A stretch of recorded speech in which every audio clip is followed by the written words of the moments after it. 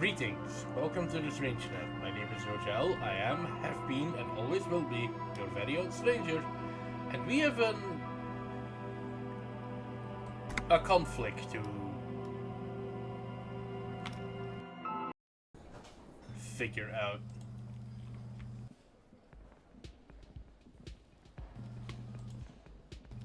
Alright, so what's going on?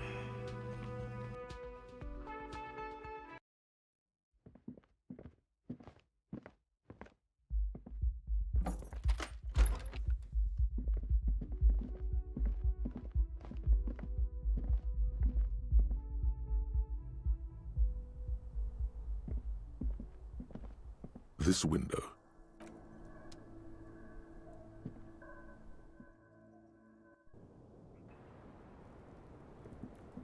It's always good to see you. The Hardy Boys told us what really happened. I understand. Just like that. No resistance.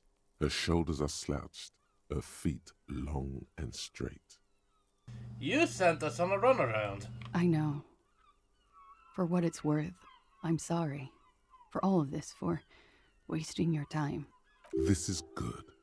Clear the air first, between you two. Then move on to questions. So, I know I should not listen to my voices. No, it's not good. It's the opposite of that. This will let her dictate the terms of your... Thank you, Volition. Shush. I can't hear what she's saying. Why did you waste our time then? Because of the Hardys. I couldn't just dispense with them. They were only trying to help me. Out of the shit I'd gotten into. That's not really a good enough reason. You're right. There's more. More? You answer to the coalition government, and by extension, the moral intern. Briefly glancing over her shoulder to the sea, as she's done time and time again. A grand expanse of water reaches over the bay and to the horizon, golden grey in the noonlight. Is that what you're supposed to do, visual calculus anyway? What lies beyond it? The Pearl, the Muindi Isola, the Occident, and then Oranje, the old world. Is that why you're looking over your shoulder? You're afraid of the moral intern? You share a database with them. You send people to their courts. What's going on? What did you do? Just business. But bad business for some people in the moral intern. If I show up in your records, officer, they will find me. They will... What happens if they do? They will kill me, sir. If you file my name, take me in for questioning, enter me into the moral intern mill, well, then I'm fucked. For nothing. This murder didn't have anything to do with me.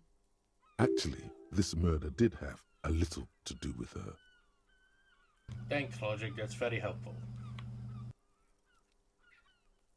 What did you do to have these people after you? It's not nice, but it's not illegal. Not here in Revachol, or even in Oranje. What exactly did you do? Industrial espionage. I joined a business collective with the intention of betraying them.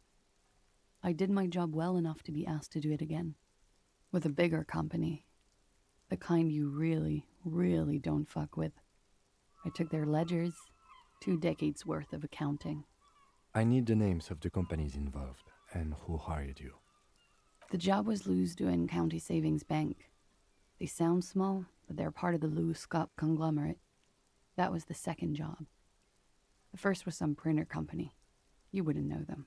As to who hired me for the job, I don't know. But they're after me too. Along with Lou Scott and their friends in the MI. Once you're done in the competitive intelligence circuit, you don't have allies. You're radioactive. Lowe's cap. These people engineer financial disasters in second world countries. The conglomerate also includes the Bank of Consecration, Airberg, and the popular Papalolo line of dairy products. That's a lot of shit you've gotten yourself into. It is. Many people lost their jobs. Not just C-suite. Ordinary people. What I did to get to accounting, A lot of people got hurt. But that's just more of my shit you shouldn't have to deal with. You're solving a murder. What happened here the night he died? We were there. Together. In bed, I mean. Tell me exactly what happened. Okay. He was in a kneeling position. He had just entered me. I was on my back, looking at him. I heard the window behind me shatter, and I turned to look. There was a hole in the glass. I turned back to him. His eyes were looking through me, and his mouth was open. Dumb. I could see. I could. Her chest rises and falls with each word. She keeps herself together and says it. I knew he was dead. Before he fell down on top of me. Then what happened? He was heavy. I pushed him off and he fell to the floor. There. He only had his boots on. I bit the pillow, not to scream, then ran downstairs. I waited for the second shot to come. For me. I thought there would be one. It never came. She's forgotten about her cigarette. The butt has burned right down to her fingernails. Your cigarette, miss. Oh. I'm sorry this happened to you. So am I. What time was this? When did it happen? It would help us if you could be as precise as possible. 11:30 to 12:15. I don't know the exact time. Around midnight. It's okay. Were you inebriated? Not as much as usual. He'd done a line, plus other things. I was drinking. Wait. Titus said she was gurning her jaw off, much more than usual. Titus said you look pretty high. Oh, yeah. I did one of his lines, just to clear my head. Did you hear or see the shooter in the course of this? No, What did you do then? nothing. I was trapped. I was stuck in my room downstairs. I got some clothes on and crawled back up, drew the blinds. Blood was coming from his mouth. Not a lot, just a little. He was still on the floor, slouched. I couldn't be there with him anymore, so I ran down and out of my room, into the hallway, down the stairs. I knew there would be people there. What happened after you ran downstairs? Sylvie was tending the bar. A lot of people were there. The Hardys were at the table in front of the stage.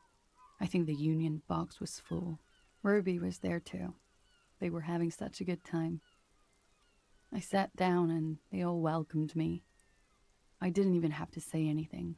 Ruby knew something was wrong. Who's Ruby? Ruby? Before we continue, who's Ruby? Ruby.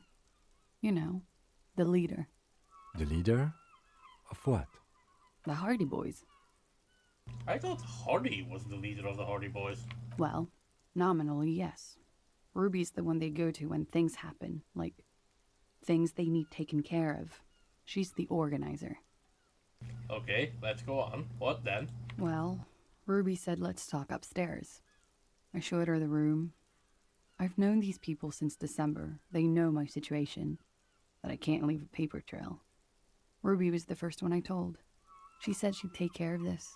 It's what she does, you know, take care of things. I helped her get the body to the bathroom. We used a belt to pull him up under the shower, to keep him upright. To mislead you, they were tampering with the body. To produce lividity, matching a hanging? Yes. We completely missed the tampering. Looks like you got there in time. What was this, 20 minutes after death? About 20, yes. Ruby explained it would make the blood... You know what he does. Then what did you do? Ruby went outside to talk to Titus and the boys. I was just looking at Lely in the bathroom. I had to put his clothes back on. His armor, too. It was tough, but I've seen him take it off and put it on many times. It took Ruby maybe half an hour to come back with Titus. I'd gotten him ready by then. They carried him out. I knew what they were going to do. Make it look like a hanging. Ruby said they would. What did you do while they were hanging him? Ruby said to wait here. She also said I wouldn't see her for a while. That we should lay low or something. So I did. This Ruby, where is she now? I don't know. I haven't seen her since. Alright. We will need to take this question to the Hardy Boys. Interesting. Why did this Ruby go through so much trouble to hide something someone else did? Look into this later. What are you doing? Coming up with a theory. She said Ruby knew something was wrong before she said anything. How come? It was loud downstairs. She couldn't have heard the shot. It is ominous. You already coming up with theories that put the blame on someone other than Clausia. I don't like how much my head is arguing. That is a sentence I just said. When it happened, did you hear a gunshot? When he was shot? I may have. I don't know. I couldn't hear anything over the glass exploding. The gunshot wasn't that loud. This is something to keep in mind when assessing the distance of the shot. I mean, I'm not gonna ask this. Could the people after you have killed him? I mean, kind of pointless to ask. Why did you call the cops if you're hiding? Because I'm an idiot. Which is an indicator of truth. Idiot. She's nothing of the sort. Shut up, Logic. I don't think so. Why did you do it? You have to understand, the people around here, no one was making the call, and he kept rotting. And then they picked his clothes off, and that little fucker threw stones at him. Her jaw is clenched. Her throat moves. It takes all her strength not to cave in and sob. Once. Just one time. He kept throwing stones at him for 3 days. I could hear the thud. Thud. So I called you. I hope with all my heart it's not the last thing I do in Ravishol. She definitely called the cops. That was task complete. It could not have been a lie. That is impossible. Volition, what do you think? Oh God. That was a lie too. Who made the call then? Thank you, Volition. She did, of course. When was the window changed?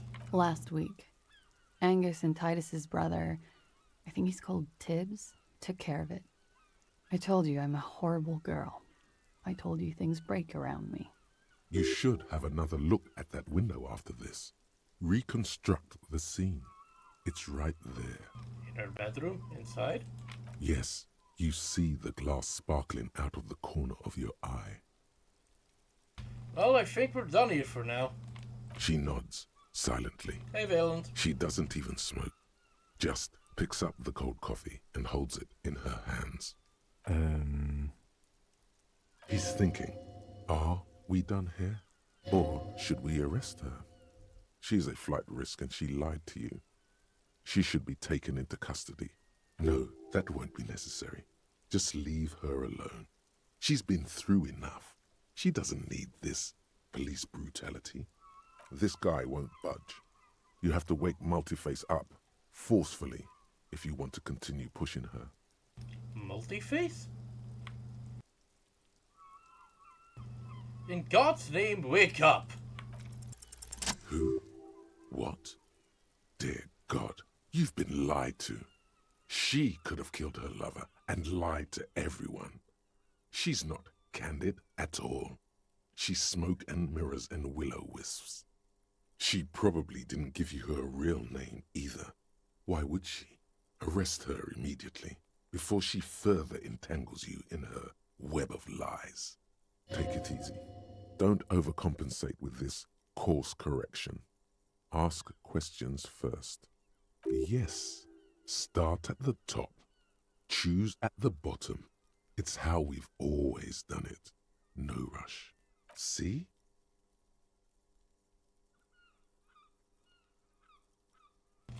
Kim, why have we not arrested her yet? I mean, these kinda contradict each other a little.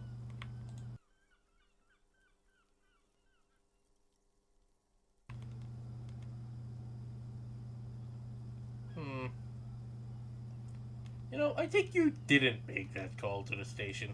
I did. What is this? I called your desk or whatever it is. The numbers are all over town.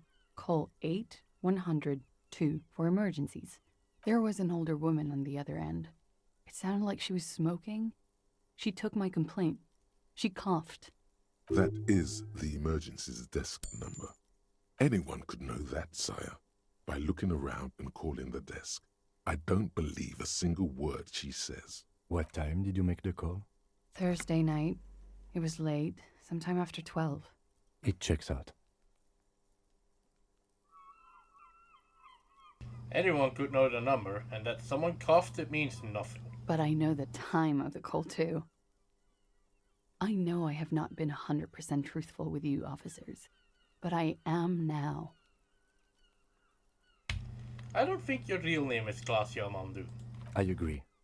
You wouldn't give us your real name, not when people are after you. Okay. Okay, what? Okay, it's not. Good, you can tell me the truth. You log your work every week. It's all transmitted to common, sir. I couldn't just beg you not to enter my name. So I lied. Like I lied before. Like I did at LCSB. I have to lie all the time. I'm so tired of it. What's the passport bullshit do? The passport you keep hitting? You keep hitting? Hidden? Damn it, mouth. Cooperate. No.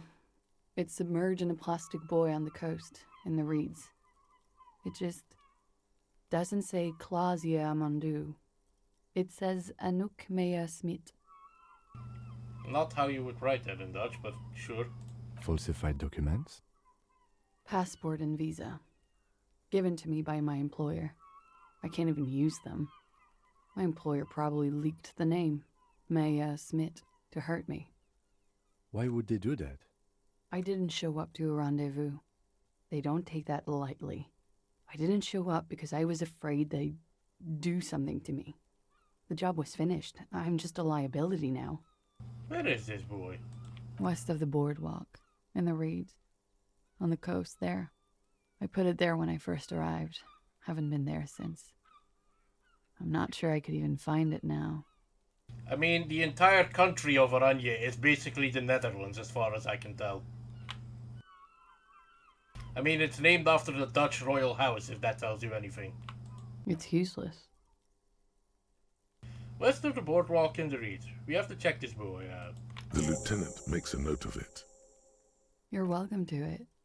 It's in the reeds northwest of here, past a broken sewage pipe, right near the waterline. I don't know if she's gonna cooperate, but what is your real name then? It's Katarzyna Lazie.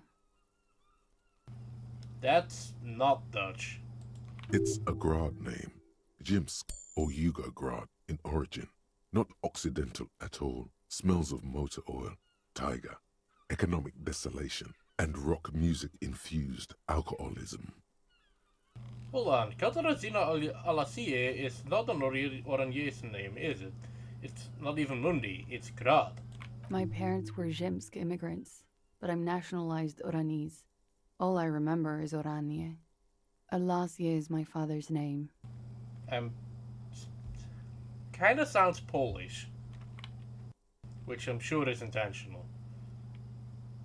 You know what? I'll just keep you calling you Clausia for now. That's cool.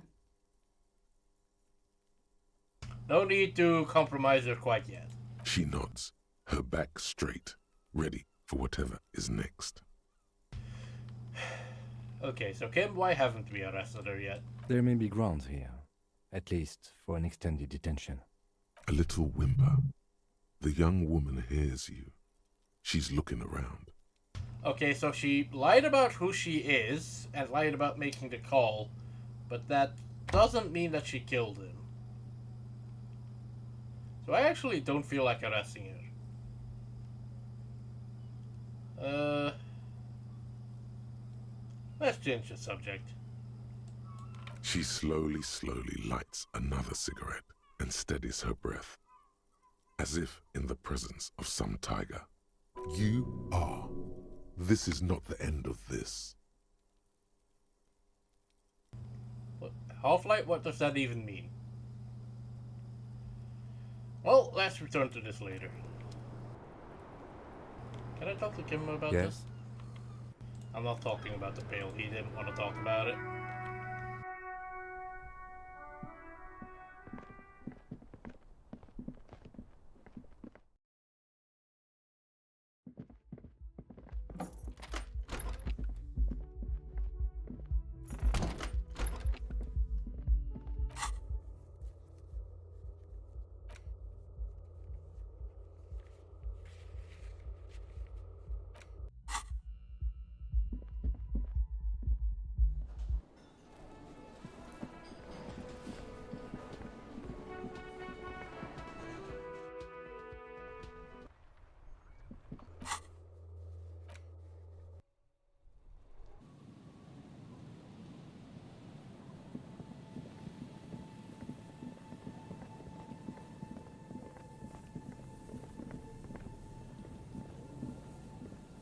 I mean, I do agree that nobody should get shot, though.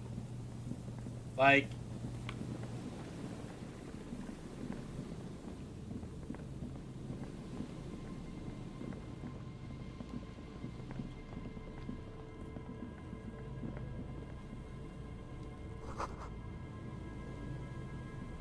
Alright, let's see. A metal and plastic contraption bobs up and down amidst the trembling reeds.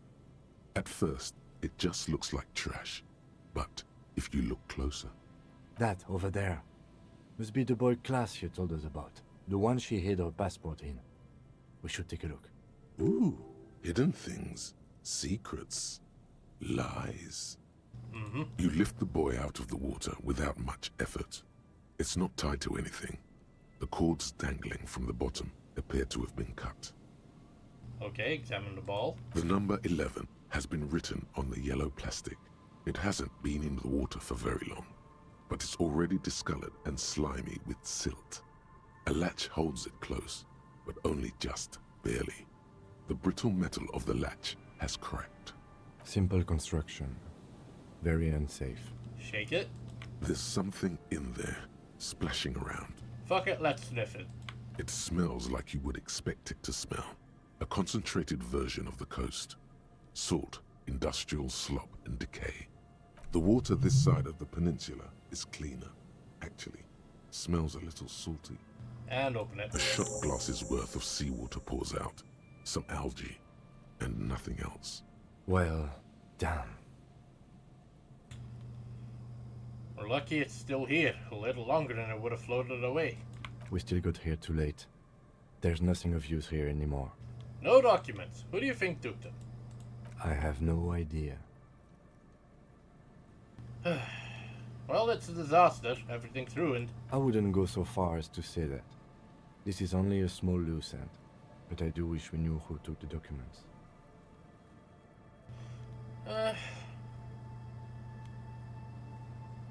Could this be related to those cryptozoologists?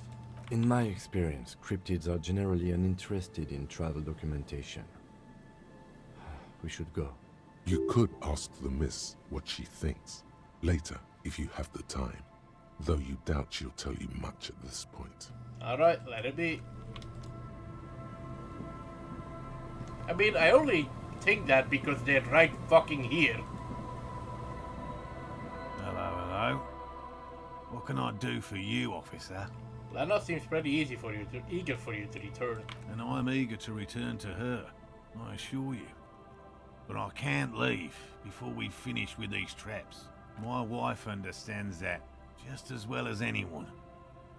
Come on, Morale. We've been soaking out here for days. It's time to go back. And leave the traps? Absolutely not. I won't let Lena down. Come on, she wants us back. I'm soaked up to my nuts over here. We'll both catch reed crabs if we don't dry out soon. I didn't know the Phasmid was so important to Lena. Of course it's important to her. She's seen it. A verified sighting, on record. One of only 4 this century, and it's hers. She's seen it? Really? She sighted the Phasmid? Yes, that's how we first came to know one another, in fact. But that's her story to tell, not mine. Suffice to say, It's long been our dream to find proof of the Insulindian phasmid together. I can't abandon course now.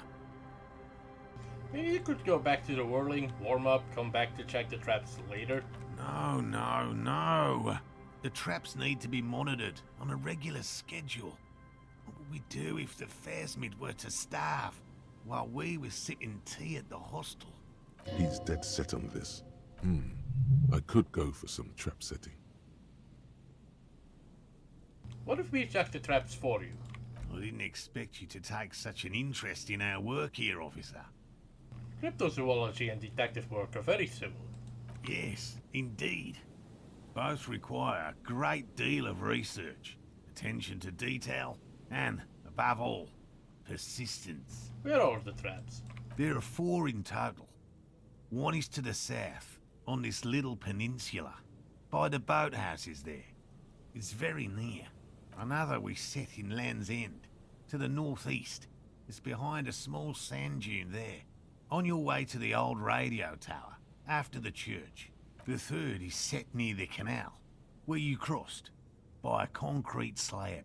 A big thicket of reeds going up the slope, and among them, you should check at least one of those before returning to this one, since I just said it.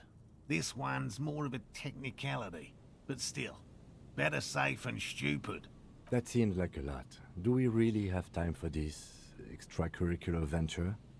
What? Aren't you having fun? Even relative to examining a week-old corpse, I'm not sure mucking about in the reeds qualifies as fun. But have it your way, detective. If you think it's important, you have been right before. What do I do if there's a phasmid in one of the traps? Bring it to me at once. Just make sure the trap is closed tight. He's not comfortable with the possibility that you'll claim the find, but he's lying about this even to himself. What if I encountered it in the wild? That's highly unlikely, officer. But in the event you do, I'll spray you with a pheromone mixture I developed. It's made of musk and research chemicals. The pheromone should attract the insect to you, or at least prevent it from bolting at the sight of you. It's quite potent. Will last you about a week. Fuck it, lay it on me. Wise choice. This is the smell of dying reeds, of longing. I hope you're not buying this. He dispenses it without letting you touch the canister, so it would be precious like holy water. It is precious. A single dose cost me 50 real to develop. Not that I expect you to understand self-financing one's own research. I'm ready. Let's Right. get to it. Which means you two can pack up and go back to the whirling. Finally, someone's talking sense. Thank you for your help. Gary and I will start breaking down camp. If it's more cryptid-related business you want to discuss, you... But what if the information is vital? On the hunt. Alright. Let's get distracted.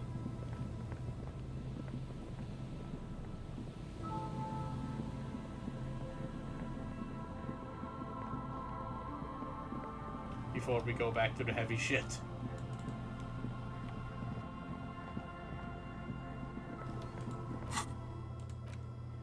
The far northeast of Fell building.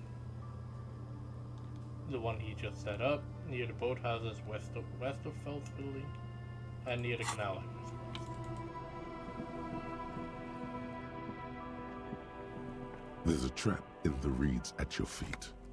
Looks like the same one you saw Morel set before. Same mesh, same wiring. Look around.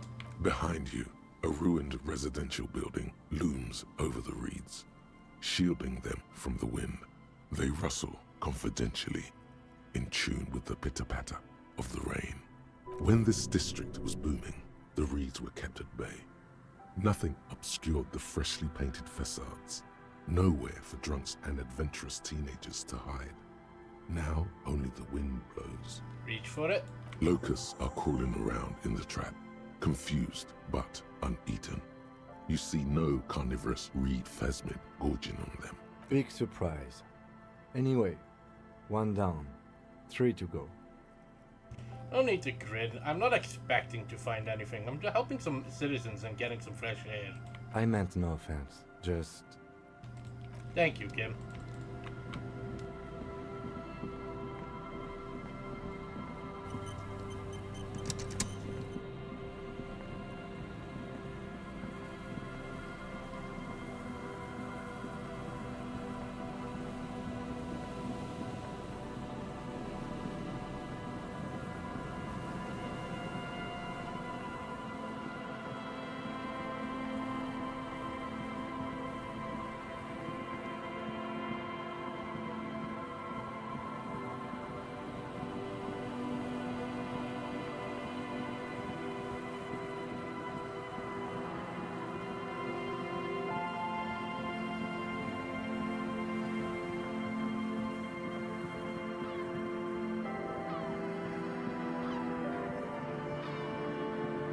A familiar apparatus lies among the reeds, another one of Morel's traps, weighed down by stones to keep it in place.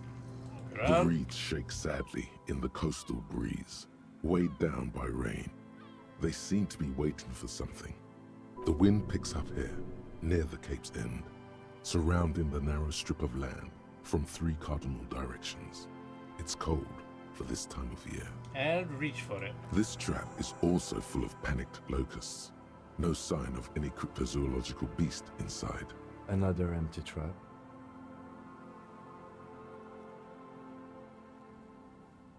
How are you enjoying the cardio, Lieutenant? Always up for a good jog. Otherwise, would I still be on this case with you?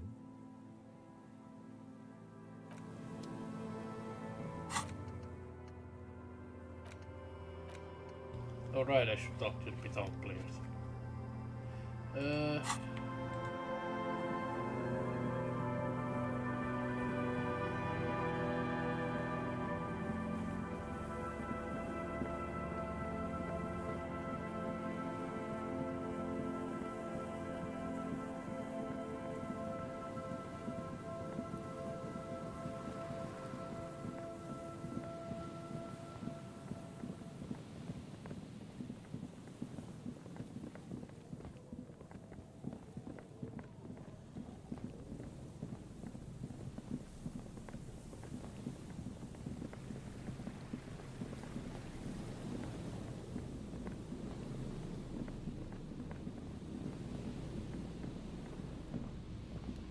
This is the trap Morel just set.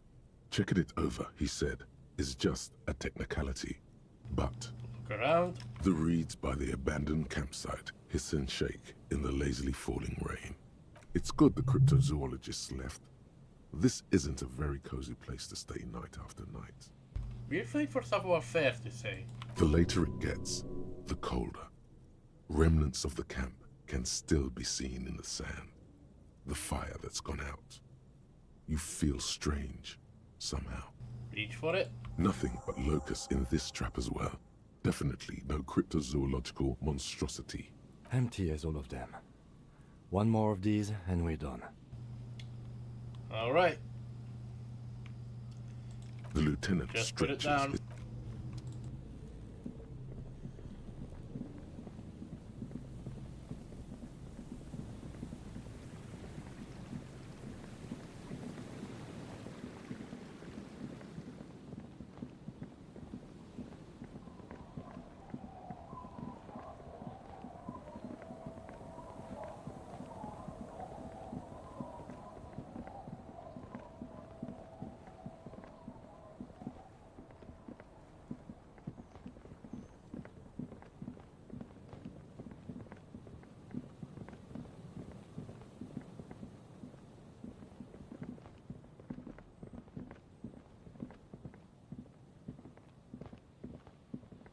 It takes you a moment, but finally you spot the last of Morel's traps.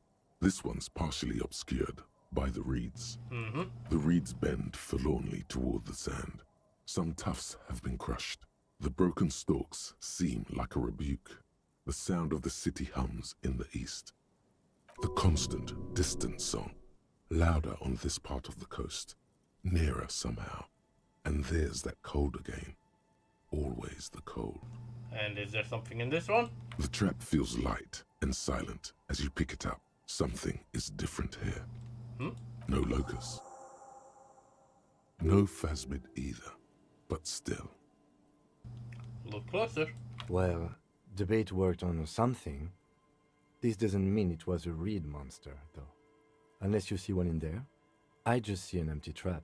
The netting is a little untidy, messier than the others.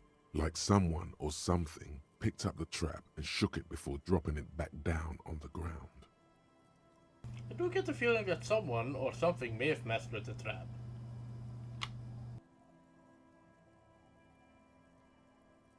Perhaps our cryptozoologists have competition in the form of an actual entomologist, or someone else is sabotaging them.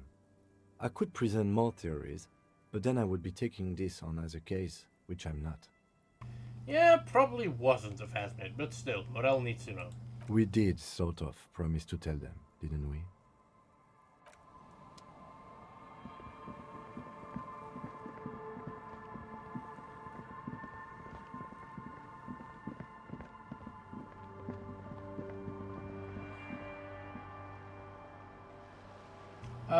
Go ahead, Faye.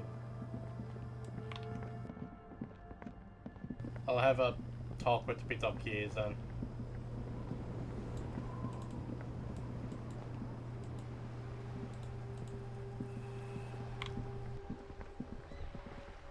Vigilance officer, what can this old carabinier do for you? Do Maybells mean anything to you, Renee? I prefer the old name, Insulindian Lily. Girls brought them to young cadets when they entered service. Wearing them on your cap was supposed to bring good luck. Did they bring you good luck? You know what? I mean, No. They brought me misery, false hope, and disappointment. The revolutionaries sullied them. I mean, I know that one, Faye. I'm just not acting on it because I would like to not get punched. But it wasn't the revolutionaries that sullied the ID for you, was it? She gave them to me too, and your jealous little heart just couldn't accept it. Enough! I can go over these matters in detail with you, Gaston, but not while we have company. So, officers. Valent, you realize that eventually these people do sleep. Maybells don't blossom yet, do they? Maybe on some remote parts of the city they do. But I think you'll have to wait for at least a month. Thank you. It is such a pleasure to see you again. Like, I know what you're getting at, but it just seems like a bad idea to piss this guy off. You know, the one that's already looking for someone to lynch.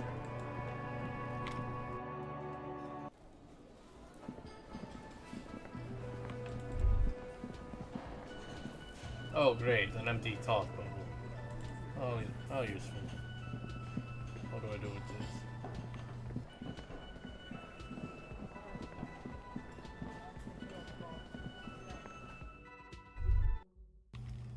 Now, here's the question of the hour. Is she still here?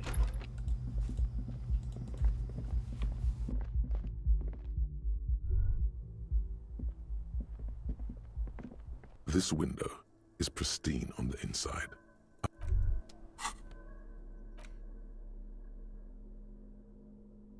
There's my visual calculus.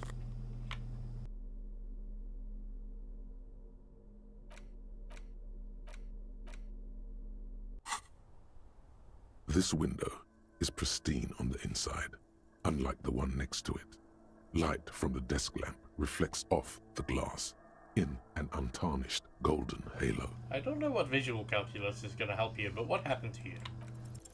Golden light melts away into the blue, glassy darkness of your mind. In it are two neon-lit shapes, a man and a woman on the single bed. What position are they in? Like the witness said, the man is kneeling, the woman is on her back, It's the night of March 4th and a shot has just been fired. The man looks directly at the woman. The shot's possible directions converge in his mouth, a ray cast from somewhere outside, entering his brain. Where does it come from? From the roof outside, location A prime. The glass fractures around the bullet hole. Shards face inwards like a corona behind the woman's back. Let's inspect the figures. The man does not know the bullet has entered his brain. He never will. Death comes faster than the realization. And I'll look at the point A. The A ray prime. cast from the man's mouth unravels into a fan of possible directions, all on the roof at first. The shot could have come from any of them. This is composite location A prime, most likely of the origin points. Should there be gun residue outside? There could have been. Then the rain and slush and wind washed it away. This was more than a week ago. So I'm what? 80% sure the roof is where the shot was made from? 72%, with an antique weapon that fires military-grade ammunition. A Belma-grave rifle, for example. This is a good short distance, but not too short. The perpetrator aimed with their back against the railing, or possibly kneeling for precision. This would explain why it only took them one shot. The lights were on in here. Outside it was dark. It was like shooting fish in an aquarium, a well-lit aquarium. The victim opened his mouth to let the bullet in. Neither of them would have seen anything outside in the darkness, too busy with their own bodies. Are there any arguments against A prime, the roof? None that you've found thus far, but that doesn't mean there aren't any. Could the shot have come from inside the room? A closer point? Point X would contradict the woman's testimony, rendering the entire proposition void. These figures would be wiped out, Detective. Could there have been another point of origin, further away? That's a 28%, yes. In this model, the shot could have come from a greater distance. Nothing excludes the possibility. Should we extrapolate to include every possible point of origin in Martinez? Fuck it! Let's do that! According to your map of the district, this shot could have come from a wide angle of locations, starting with the northern edge of the abandoned boardwalk, ending with an islet in the bay. Let's call them B prime. More precisely? B prime for boardwalk, B double prime for Land's End, and B triple prime for the islet, Detective. There may be smaller points in between, but those are too fine to zoom in on. Let's have a look at the boardwalk. 700 meters away. The likeliest of these B positions, 20% chance. A skilled sniper could have made the shot, provided he had a safe sniper's nest. Even with the light on inside, we're talking military training. At that distance, the perpetrator would have had to take wind direction into account. Yes, actually. That's, mathematics talk. Don't ask me why, that's just how you denote that. Why, did you do this in your playthrough, Vay? And if you did, was there a different way of denoting that? That's 1.2 kilometers away, the least likely of these positions. Let's say 3%. A truly skilled sniper could have done it, possibly from a tent. No, too far-fetched. And the islet? 1 kilometer away, a point beyond the docks, on an islet in the bay. The fort is ruined, but the perpetrator may have found a stable spot on the beaches surrounding it, where the concrete crumbles into the sea, as you saw in the coin-operated viewer. Mm-hmm. The shot would have been a small miracle, 5% likelihood. There is an extremely narrow field of view from the bay to the window, between Rue de Saint-Ghislain 10 and 33A. The angle would have been extreme, and access to the islets is questionable. Kim, do you think the shot could have come from further than the roof, in Martinez? From where, precisely? B prime, the boardwalk, let's say B prime, the boardwalk, B double prime, Land's End, or B triple prime, the islet. I see you have given this a lot of thought. Are those the locations you've singled out in addition to the roof? And what is the likelihood, in your opinion, that it came from a further distance? It's okay. Okay, well, we should see if there is gunshot residue or sniper nests if we go down the coast. Rule these spots out one by one. It would be the diligent thing to do. Until then, personally, I'm going with the roof version. It fits the hidden path through the whirling. A simple hypothesis. I have to ask what roof we think this came from, because there is no way that nobody heard a gunshot if this came from 20 meters away. These guns are not that quiet. Officer, it's a fine day for questions. I found your boy. It was empty. Just seawater. Oh, Did you take the documents? He's trying to throw her off with the bluntness of the question. no, of course not. As I said, it would have been too risky for me to use those documents anyway. My employer gave them to me. In truth, I should have destroyed them. She doesn't seem to be lying. She's genuinely spooked by their disappearance.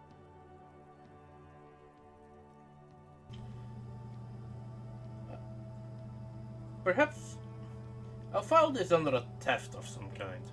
Thank you, but actually, now that I think about it, you mentioned seawater. I was worried I'd been too careless with the latch mechanism. The documents were probably just washed away. I doubt it. Let's return to this later.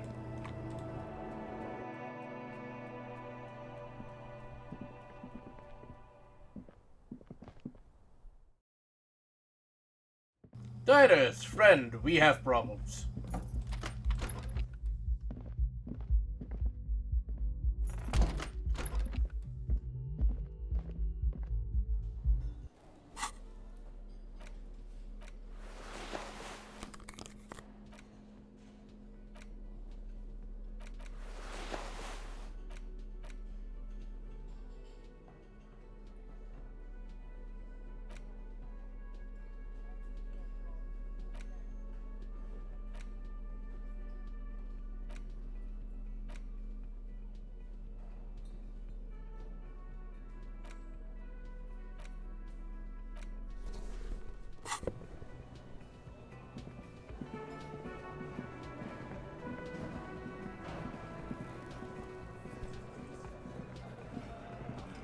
It's you again.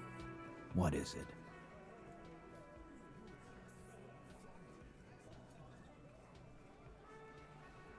Okay, I talked to Gracia. Now I need to talk to Ruby. Why?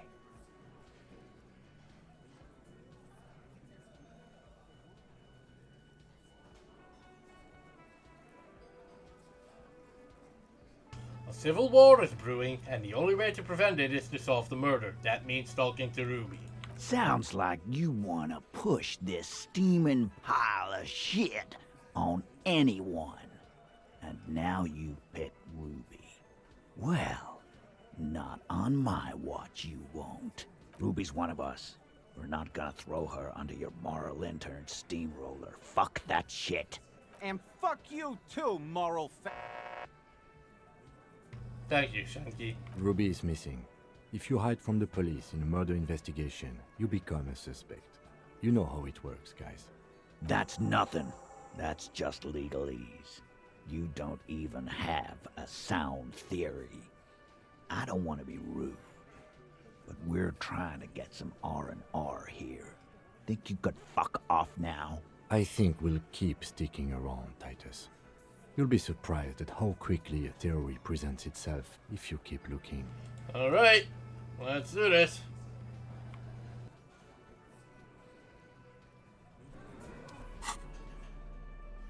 Hat on. Glasses on. Mr. It's you T. again. What is it?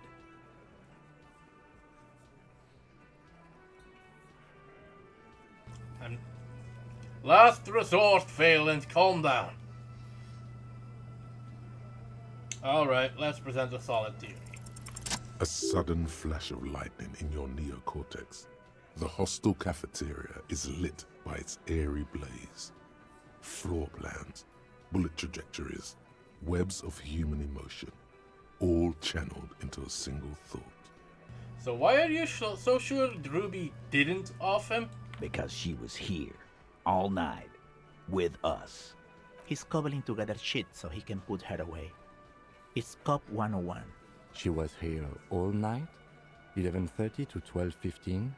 She was here during all that time? Yeah, with us, drinking, near the stage there. She didn't go to the toilet? No. That's a lie.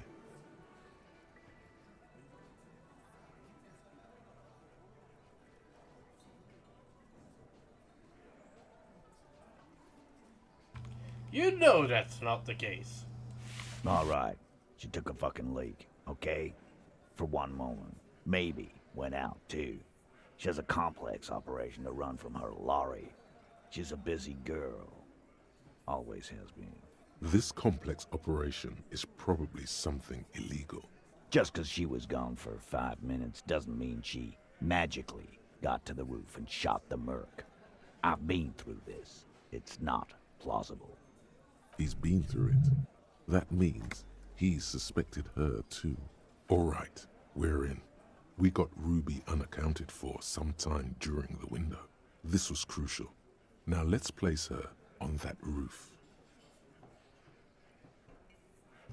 There is a secret. You do agree that the shot came from the roof, right? Why not? You can't draw a straight line into Clausia's window from any of the surrounding buildings. Not from what I know about Martinez. Maybe from the coast. But like I said, I've been too busy dealing with you idiots. So no, I don't think it was a sniper. It was close up. There is a 72% chance that the bullet came from the roof. 72%. There's a percentage and all. Where'd you get it from? Your guys in the lab? Definitely lie. The truth is not credible. Yes, we have a ballistics lab in Kuron. We consult in cases like these. Wouldn't hurt to have one of those in Martinez. Still, all the labs in the world don't put her on that roof. How'd she get there? Climb? There's a secret route in the kitchen that leads straight to the roof. How? Through what looks like an abandoned pinball workshop. People say there was a pinball arcade here, sometime before the hostel. What was it called, Theo? East Delta Pinball Arcade. Weird place. Went bankrupt. Okay, but how'd you get up? There's no room for a staircase in this building. Or an elevator, for that matter. The elevator is outside the building. It's an old dumbwaiter used for moving pinball machines up and down from the workshop. From there, a door leads straight to the roof. You can just step outside. Ruby could have gone up, shot him, come down. All under 7 minutes. That's quite the theory. We need to have a look at that secret passage, boys. I'm on it, boss. Right when the law clears, me and Angus are going up there. It's a dumbwaiter, not an industrial lift. How about I go instead of... Just now. You got something else to back this route up? Or is that it? I also found footprints upstairs in the old workshop. Footprints? Recent? The tracks were recent, but not worn down in the right foot like Ruby's. It's best to omit this pesky little polemic for now. Too confusing.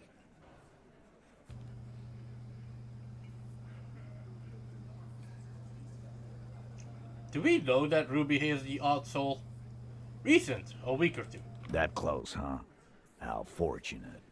I'll take a thorough look at those prints myself before I believe that call. Good news is, I'm still listening. Guess what? Remember that key I found here? I don't like guessing, Cole. No one does.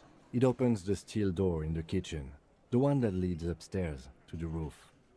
This key was right here, with you, all the time. You didn't find it, but Ruby did. That's how she got up there. Quit jumping to conclusions, Theo. You took that key. Did it look like it was recently put there? No, the ribbon was old, faded. It had been there for 20 years at least.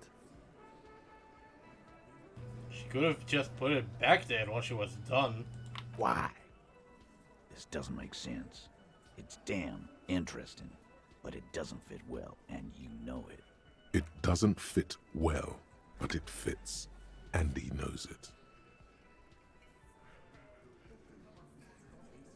I mean, that's not relevant. That's stupid. That's stupid.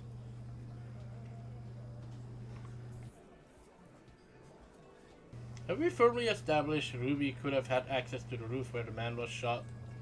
Firmly doesn't go well with could've. There's a route to the roof. Me and the boys need to check it out. That's what we've established. But a route does not put that bullet in his head. A gun does that, and Ruby doesn't carry one. Phase 2. Murder weapon.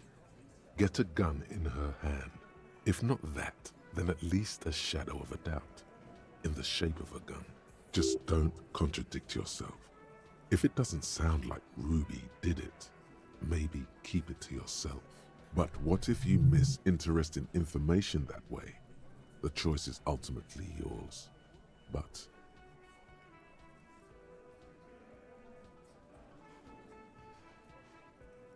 the local pawn shop sold my lost gun to a woman. Maybe it was her. Maybe I shouldn't say that.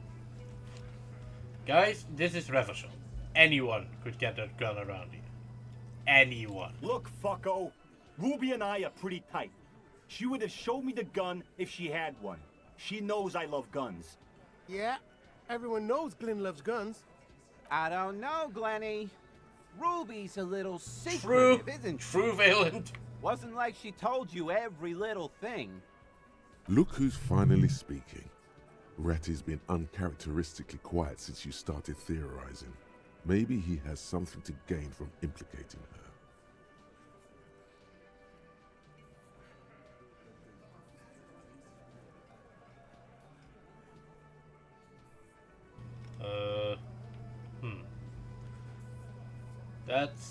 That's fake. That's an assertion.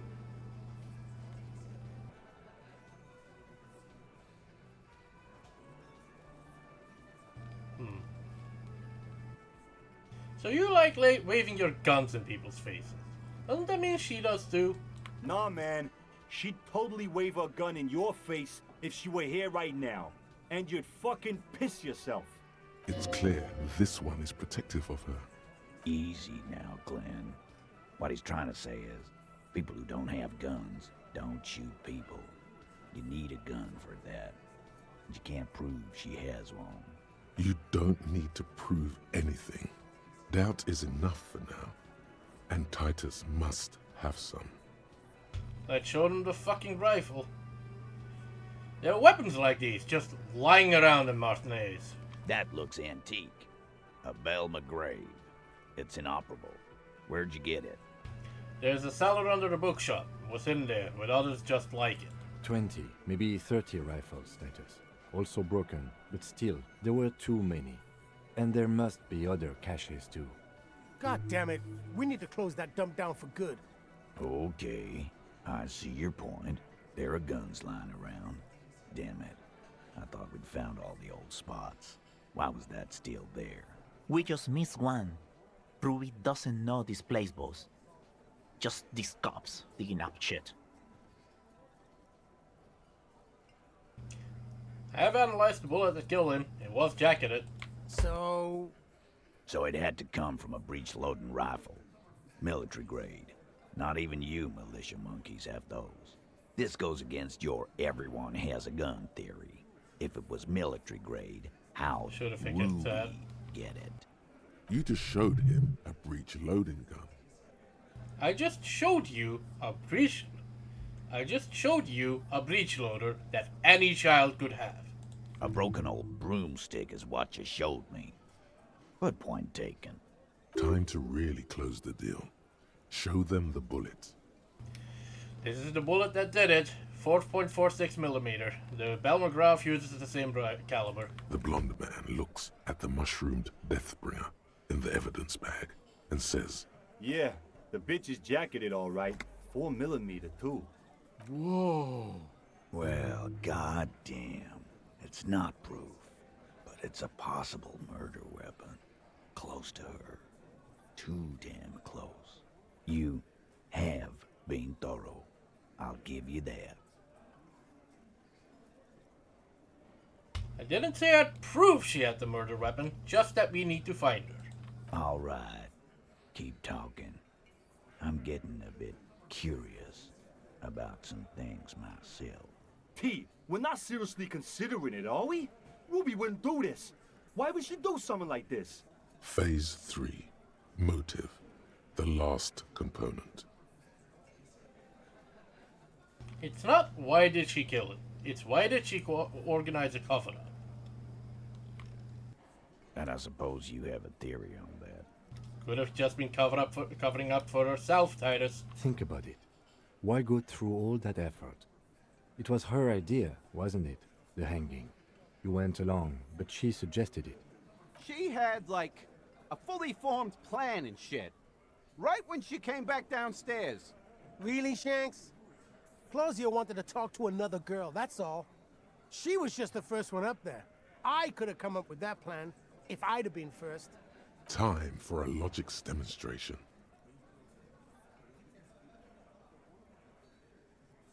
Shanky, let's assume you killed him.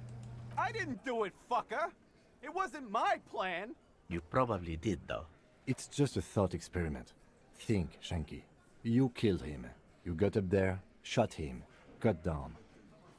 Would you prefer to go on trial with your buddies as part of a lynch mob, or alone for committing murder? Fuck you, man. I would never fuck my guys over like that. She didn't either. She would never do that. Why aren't more of you defending her? This is fucking stupid, Titus. Glenn, I thought the same thing when she skipped town and left us in this shit. Oh, so he didn't rule her out completely. And she skipped town. This is good.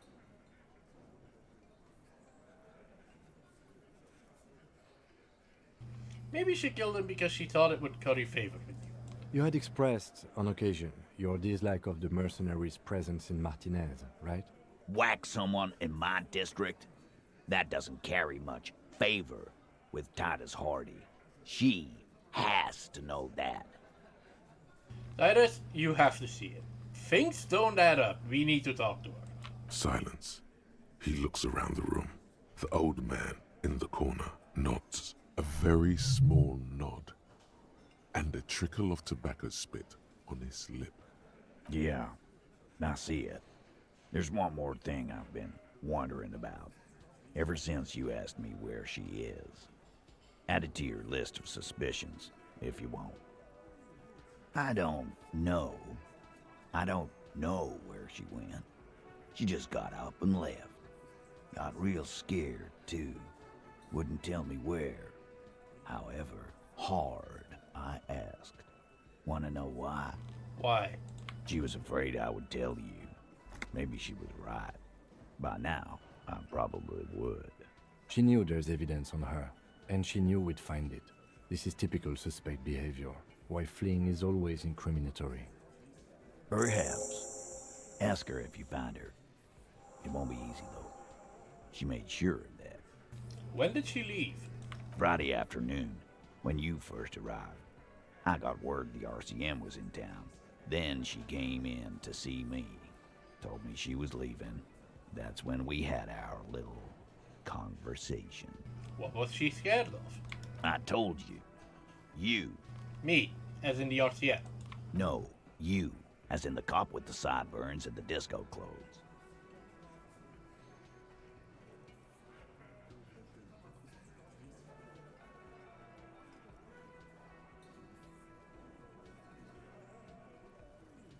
No wonder she's afraid. I've come to declare the ending of the human experiment. Sure, the human experiment.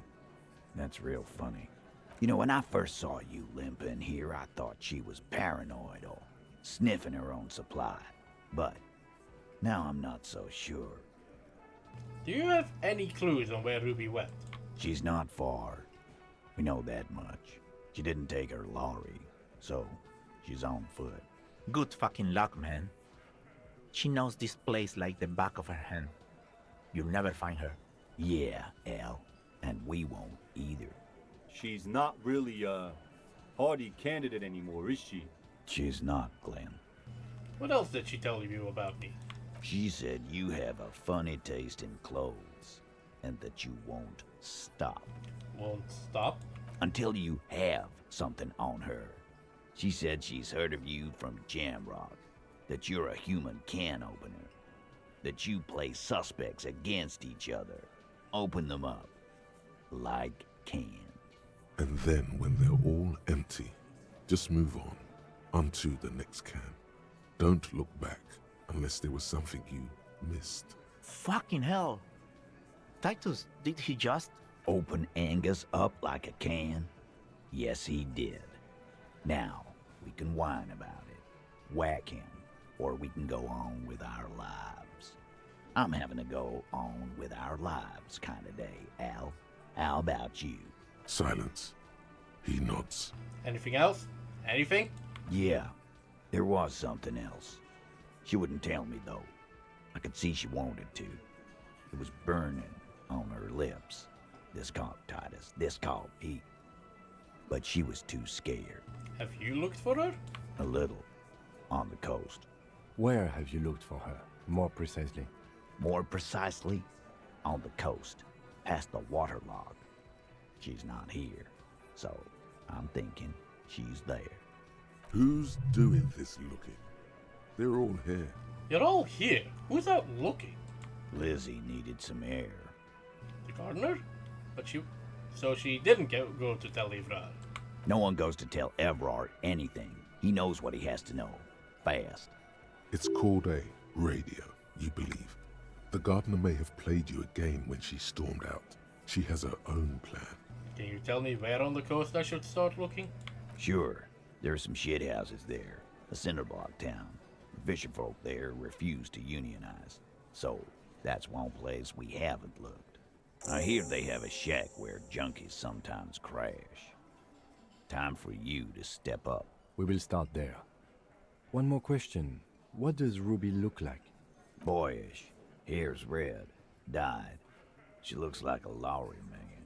It's not much, but it'll do. It'll have to. Shake it. His grip is firm and reassuring, like holding a piece of unpolished granite. Hey, as long as you're being reasonable, Not I'm just soaking it. granite. Tightly packed RCM Sergeant material. Let's not tell him that. No. He already is a sergeant. That's what you're feeling. He just wasn't sure what you are. He's being reasonable.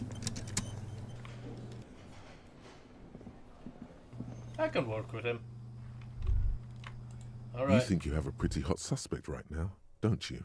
Yeah? That Ruby of yours? Yeah, and? Notice how it came together without casting too much suspicion on Clasia. It was nice and Ruby-centric in the end. What do you mean?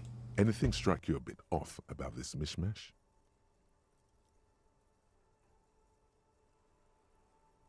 So far, no one has mentioned hearing the shot. Notice how this hasn't come up at all. Even Hardy and his boys didn't mention it.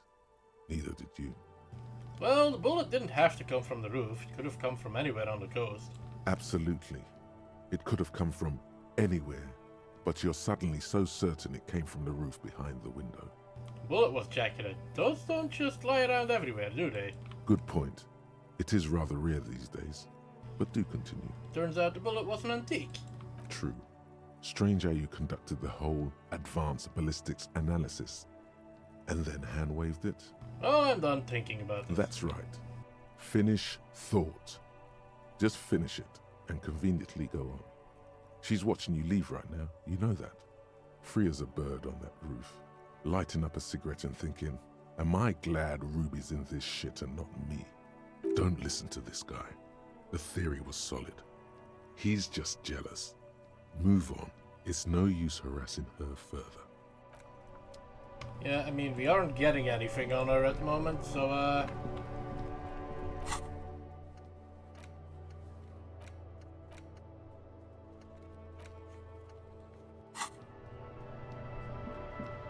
let's talk to Morel.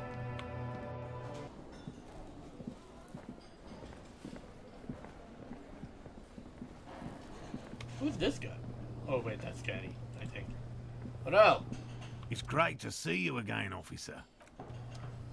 Alright, apparently can't tell him that. Oh, sweetie, I don't even know how to thank you for finding my husband and helping him out. I hope we haven't been too much trouble for you. Just doing my job, ma'am. Here, I want to give you a small token of my gratitude. It's a tie. Mexican origin. The pin is an antique.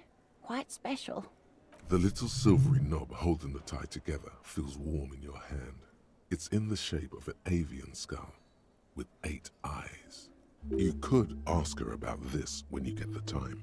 It's probably a cryptid, but the phasmid, of course, is more important. Okay. That's all for now, ma'am. Ooh. Let's take this stupid hat off and these glasses.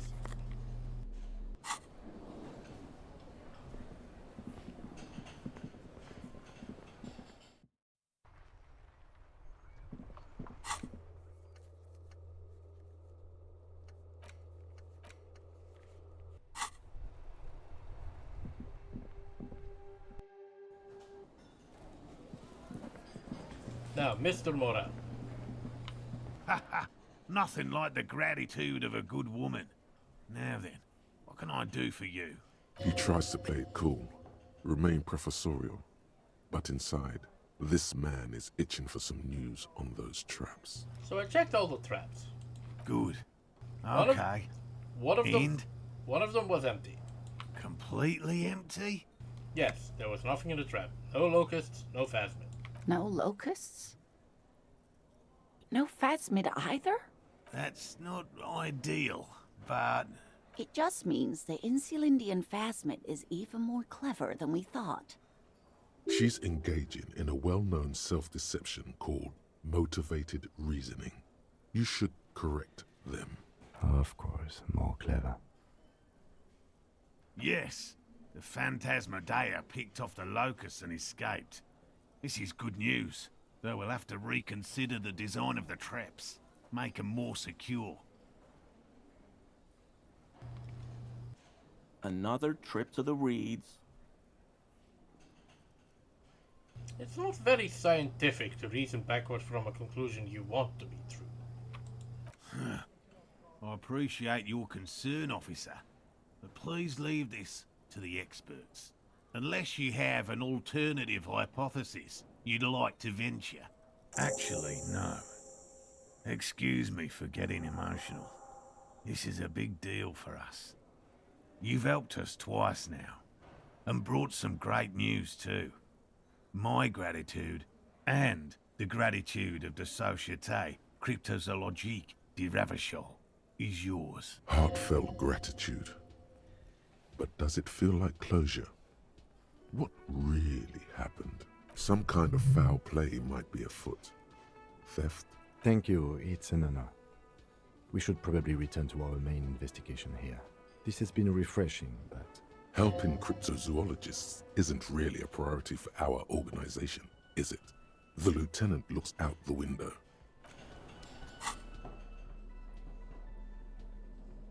Do I have anything with interfacing?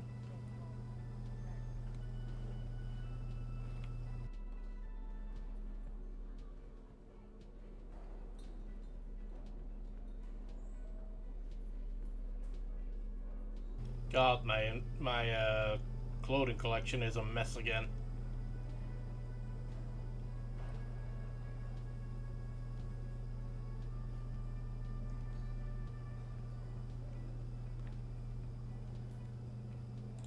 Oh, guess the gauntlets is on. Hello.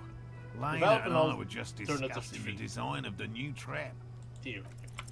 Consider the way the empty trap was disturbed, as though shaken. Most likely the hands of a young person. Hands small enough to fit inside the trap, too. You should ask the red-headed boy, Kuno. I think a little hooligan called Kuno may have stolen the locusts. A little hooligan? But what would a child want with bugs? Ask the Japanese. Oh, my dear Morel. You've been an old man for too long. Kids love to torment insects almost as much as they love to torment old folks. I'll talk to the little gremlin and see if anything comes up. Delinquents, my favorite. Oh, you've been such a dear to us. Please, let us know whatever you turn up. I have a feeling we're getting so close. Well, I see you've got all the help you need. I'll see you tonight at my place. Let's play suzerainty, but no more field trips for me. After this is your last chance to talk to Gary. Really, Gary? We're getting somewhere here. I'd love to play suzerainty, but... Lena, I'm sorry, but you're not getting anywhere. It was some kids. I know the little mutants around here. Leave anything out in the open and they'll steal it, even if it's bugs. Morel, it's been fun, really, but I need a bath and I have deliveries to handle. When this tea is done, I gotta run. No need to apologize, Geary. You'd be more than helpful. We'll have to take a rain check on that game of suzerainty today, though. We're gonna follow this through. I'll get going. Anything interesting I can discuss with him? Very generous of you to help us out, officer. I'm sure glad to be back from that little excursion. Yellow man. I mean, officer. You were surprised to see my colleague. Not many Sealites here, or anywhere, other than Sail. I meant no offense, truly. Do you have a problem with Seolites? No, no problem at all. Sounds like some conspiracy topic. You might be able to discuss it with him when the lieutenant isn't here. If you can remember it. Return without the lieutenant. For this, your balance organ thinks it's a waste of time. I agree with my balance organ.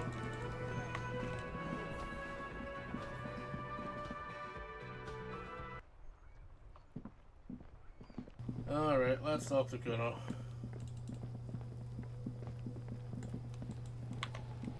You! Fuck does Kuno care?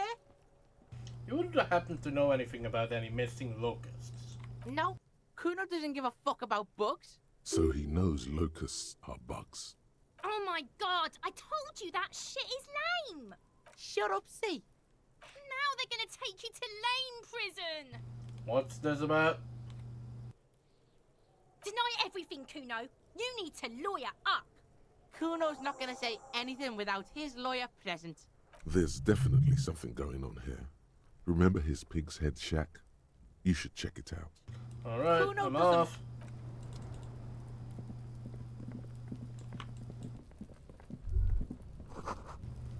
Sound of melting snow dripping off the roof is strange. And it's All crawling with around locusts you, here. the hisses and chirps of locusts fill the musky air. The earthen floor of the shack has been shaped into mounds of mud, dotted with little holes for windows. Like skyscrapers, spires of dirt and sand rising. Accommodations for their insectoid inhabitants. Well, detective, it appears you've solved the case of the locusts. For the missing locust case, which is a sub-case of the imaginary insect case. So at least that's going well. Stop being so sarcastic, Ken. Oh, I'm not being sarcastic at all. We are making real progress here. When someone says they're not being sarcastic, it's usually a good sign that they're being very sarcastic. You should talk to Kuno about this. Get him to stop. I'll let you handle the Kuno side of things. You are doing just fine.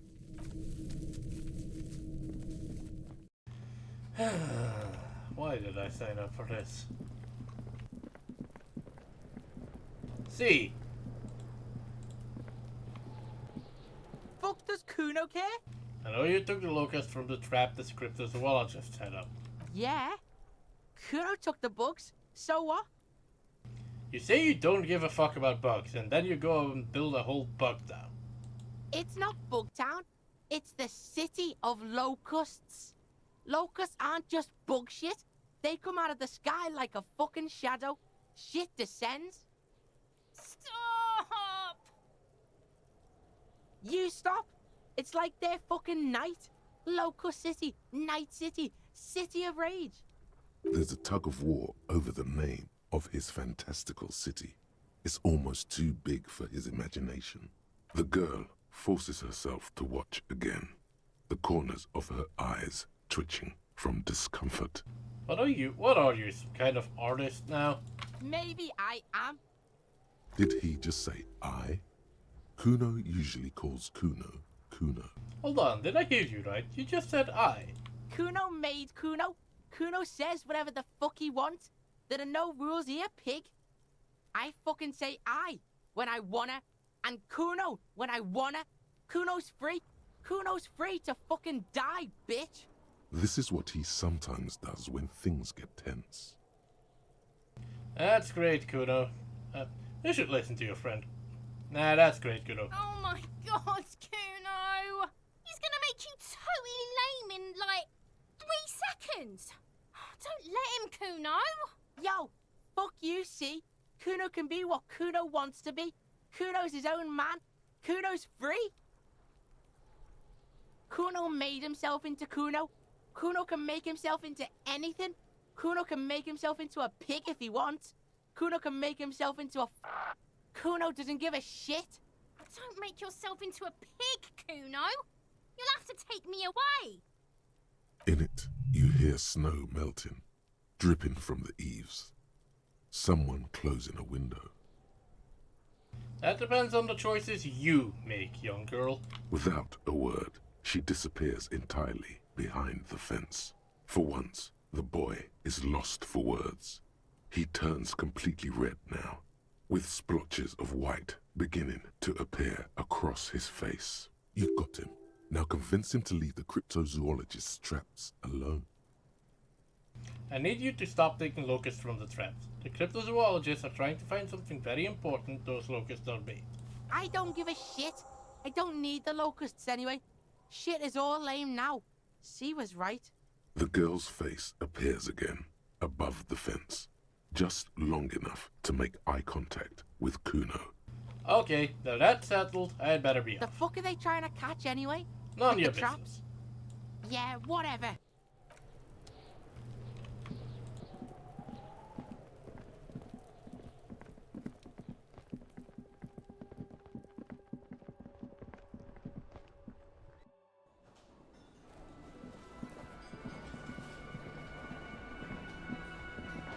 Hello, officer.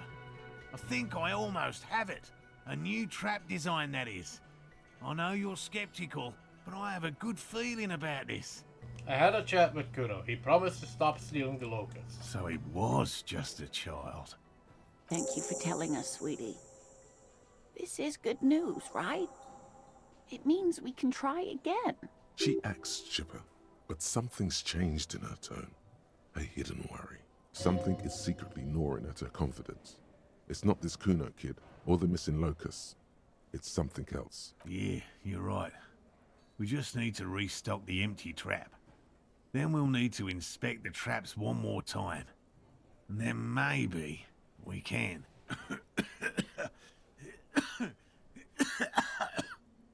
He has a 38-degree fever. His resilience has given way.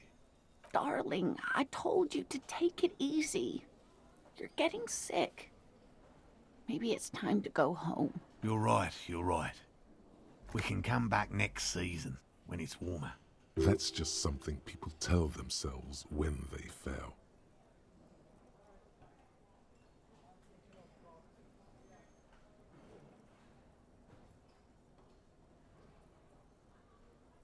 Damn it, maybe I can still restock the trap for you.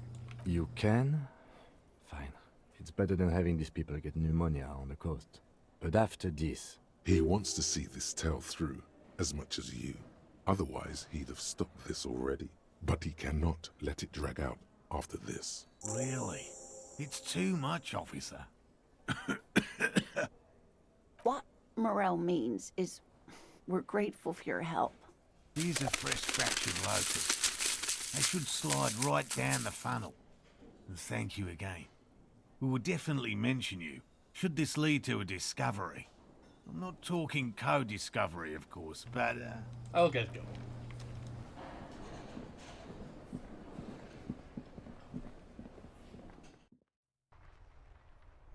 Alright. Let's move.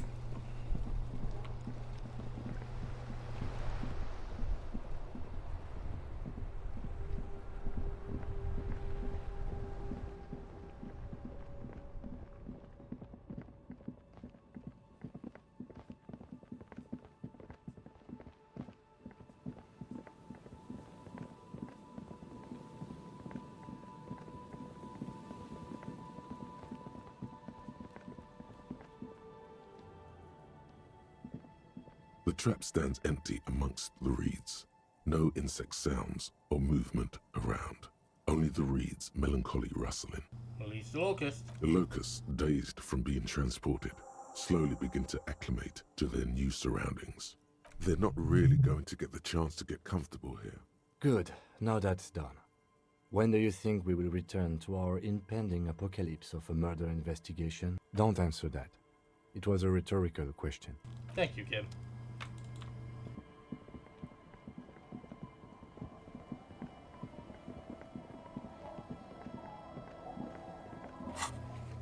So, boardwalk, island, and land sand. We can't get to the island yet.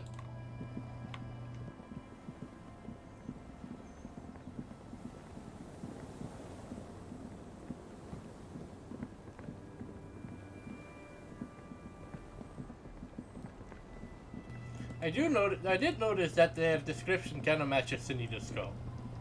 Waves are beginning to die down. Look at those little bastards. I'm not gonna tell her that.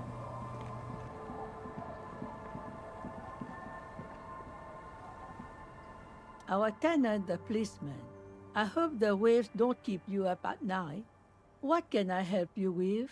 Have you seen a red-haired woman named Ruby around the coast? I mean, she hasn't because she's nearly blind. Nay, I haven't seen anyone lately. Because she's blind, which you seem to have forgotten. Oh. Okay, but do you know who I'm talking about? This is my little cinder block town. I know what goes on around here. She's being evasive. She knows something. There was a murder in Martinez. She might be a suspect. We would appreciate your help. Would you now? I know how this world works, and it doesn't work when people tell on each other.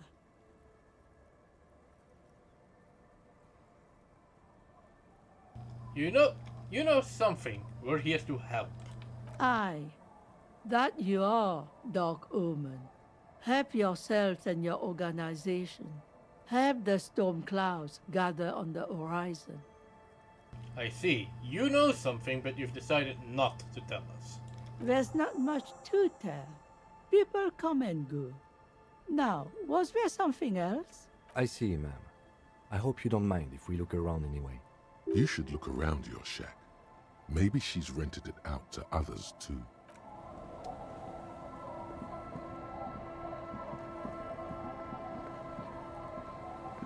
Can I talk to you now? Waves are beginning to die down.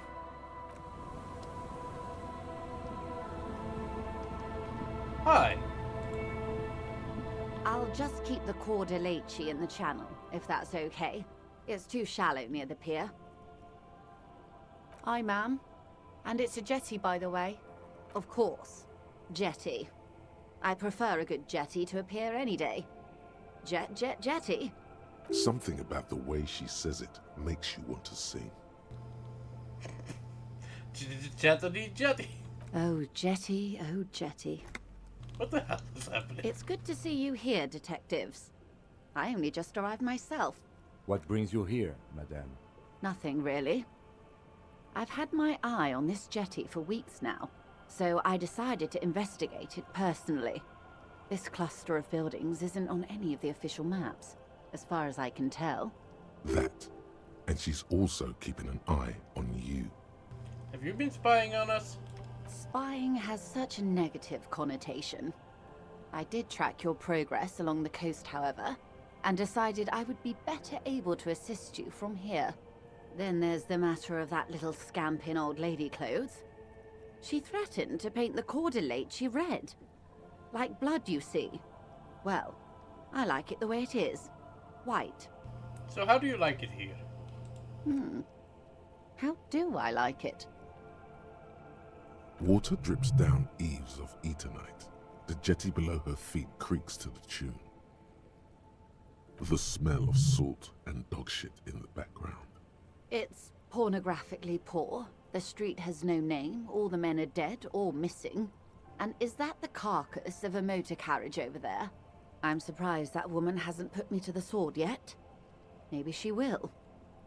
You should ask your questions while you can. Dark eyes survey the coast leading up to Martinez. Dull grey metal rests in her scabbard. A sword. The wind is too loud for her to hear. Fortunately for you, madame, the RCM is on the scene. All right. Politics time. Let's react.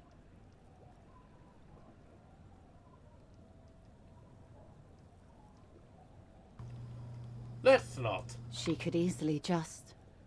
Above you, there forms a quilt of altocumulus clouds, twisting into each other. The wind tugs and stretches them over the bay. Their cloud shadows slide over the ruins of Revachol West. Wherever they pass, the temperature drops slightly, but perceptibly. Have I told you how they discovered this place? This island? No. They're in Celindian, Isola. No, you haven't told me how they found it. Well, your condition has left you no worse off than most of these people. The literacy rate is around 45% west of the river. 50 years of occupation have left these people in an oblivion of poverty. Oblivion. That's so me. I knew you would sympathize. Most Revacholians will never know what this place means. Our home. This island of matter. Or why they were ferried over in the first place. Is this Australia? Remind me to tell you one day. For now, how can I assist you in this new location? Well, it was good running into you. Godspeed, detectives. Thank you, ma'am.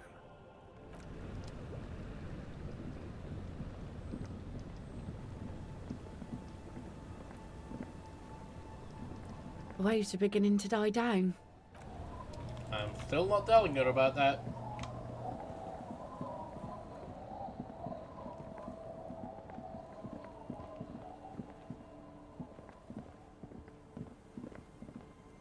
Tequila Sunset. Have you seen a red-haired woman named Ruby around here lately? Can't really remember seeing any women after losing my keys. He really has no idea who this Ruby is, sire. He's seen you. How about you? The legend! He's back. And thirsty. I got smokes and piss and a little... Yeah, I'm not interested. Let's see if the little girl knows anything. I would doubt it. Hello, mister. Bye. What's this? Is that the phasmid? It looks like the phasmid, leaning against the wall. Wait, what if this is the fishing rod situation all over again? Let's try to sneak up on it. It's not the phasmid. It's not even organic. It's a fire iron. How disappointing. This is what I get for trying to be a scientist instead of a cop. I mean, I'm not even a good cop. You were just following your instincts, your destiny. You're meant to find the phasmid. Just maybe not here. Let's give it a rest. Mister, what were you doing in my fireplace? Nothing. Oh, okay. Do you know anyone named Ruby? Luby. Raluby. Suddenly the girl gets so serious and leads in a... My mom tells me I'm a big girl, but she doesn't know that I can't say Earl. Or like, sometimes I can, but then Uller. Kids. Goodbye. Bye. Thank you, Riri.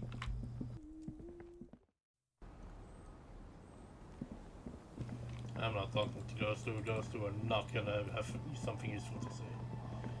Let's see, where next? Felt building, I guess. See if these two have anything to say. Oh, they went to bed already. Never mind.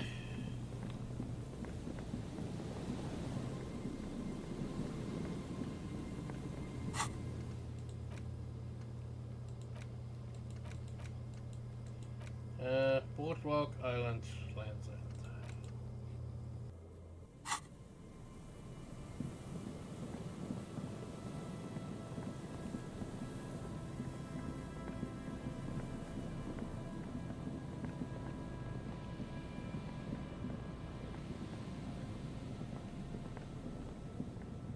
There's some tear.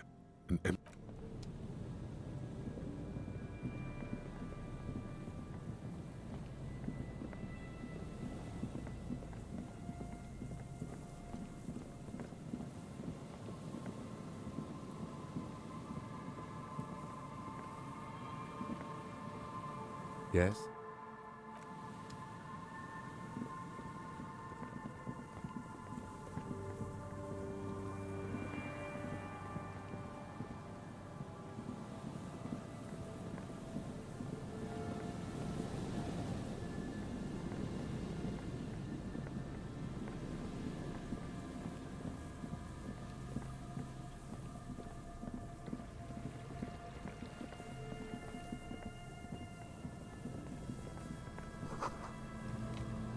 There's a slit in the concrete here. A sewer.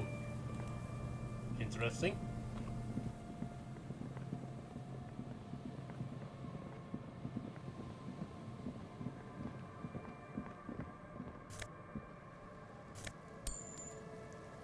And money.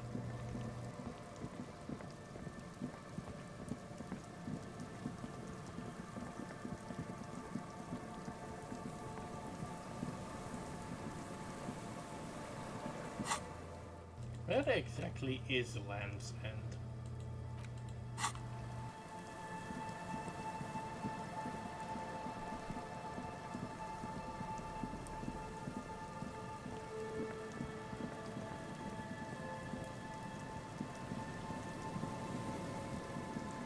So Volition really wants it to be class here, but the same logic applies to her. Nobody heard the gunshot.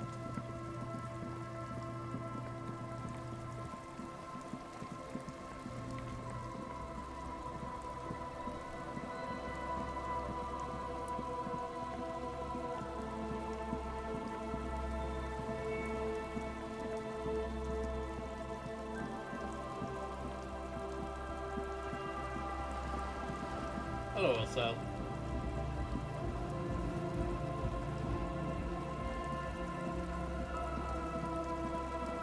I guess I'll have to do that during the day. What else is going on?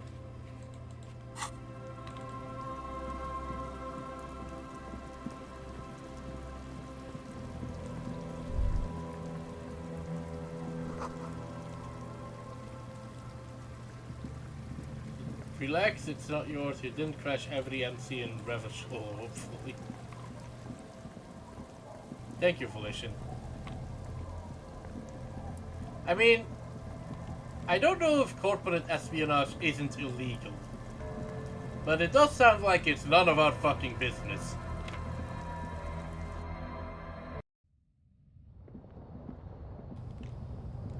As you look at the floorboards in this corner of the shack, it's clear one of them isn't quite level with the others. The edge of a floorboard next to it looks scratched. Move it aside. Hollow space underneath the floorboards is dark and damp. You can barely make out the mixture of sand and sawdust below. You return the board to its original position. I don't want to stick my hand in there. Hang on. That's what a flashlight is for. And I'll just put the pry bar too. As you look, the edge of a floorboard, hollow space underneath the floorboards is dark and damp. You can barely make out the mixture of sand and sawdust below. What's in here? Nothing particular catches your eye. Looks like more reeds. There might be something hidden inside the sand, though. Search through it. You stick your hand in and start combing through the sand. Dry, not like outside. Fine dust. And then, something hard wrapped in paper. What is it? A small cylindrical object. You pull it out. A bullet. Why is it a A bullet? 9mm bullet, to be exact. Fit for all muzzle loaders of that caliber. This bullet isn't for a breech loader like the murder weapon? The floorboard isn't interested. Maybe the washerwoman is. You have enough to confront her with. It's extra ammunition. She's locked and loaded, ready to fight some cops. I don't have a gun though, so not that useful. Why do I have 2 bullets? You know what? I don't want to go.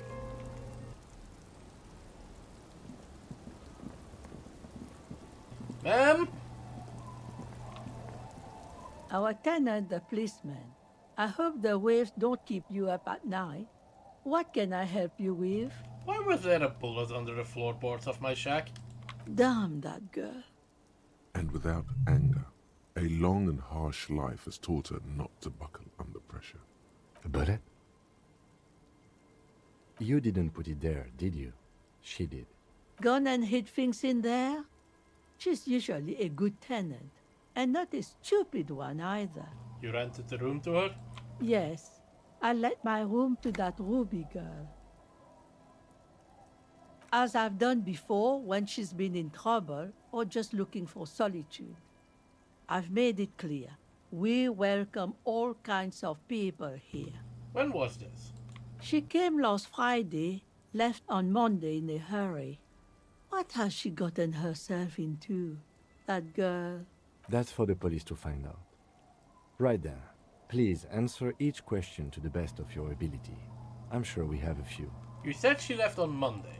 Yes, early with the dogs, around 8 o'clock, I think. Is the room exactly as she left it? I cleaned it, like I always do. Was there anything else there? No. The truth, sire. What is she like? She's good company. Knows how to talk to an old woman. At my age, you don't get a lot of quality conversation. So I really appreciate that about her. Did she talk to you much during her last stay? No, she was mostly silent this time. Kept to herself. What do you mean? She tried not to let it show, but I could tell she hadn't come to fish. Usually she likes to cast a few lines, but this time she mostly stayed in her room. Why do you think she left the bullet there? How would I know? She's a gruff one, but not violent. She doesn't go around toting a gun. Where did she go? I don't know. Further up the coast. She tried to leave quietly, but the hinges on that door screeched like a cat in heat. Woke me up. I heard her rushing in those heavy boots, heading up north. It's a peninsula. She might be trapped. You'll never find her, you know. She knows the coast like the back of her hand. You only just arrived. I wouldn't worry about that, man. We are persistent. Further up the coast we go then. Are you sure you would rather stay here? Get a nice cozy fire going in the heater? Seems like a better idea to me. The failed electric neuron. You feel like you should go look at it again. Step closer this time. Thank you, Inland One Empire. thing, officer. If you do find her, please go easy on her. I hope I can. She's a good girl. Whatever she's gotten herself mixed up in.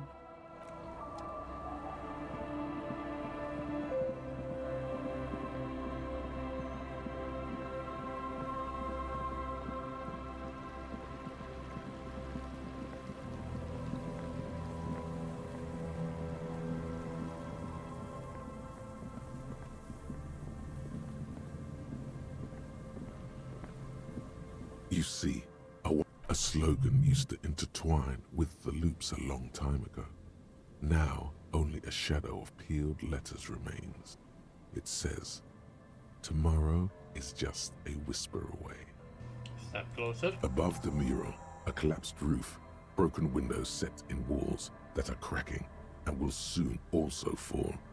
and the coastal breeze rustling and sighing in the remains of the edifice.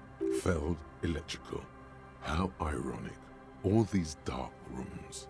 Feld Electrical, you only know them as a small company that makes ink cartridges. Looks like they used to be big. There's something in the wind. Sometimes the only way to go forward is to fail first. Why do I feel like I know this place? Indeed. Somehow you knew it was here. An urban ruin, gutted by looters that once used to consume money and dispense warmth and light. You felt it before, when it rained in Martinez, and you felt the cold of the rain. The feeling persists.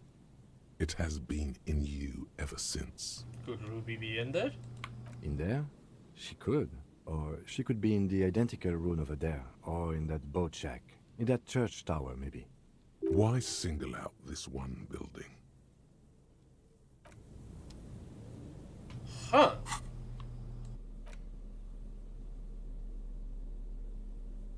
I don't know if I will have much that enhances my shivers, but here's something.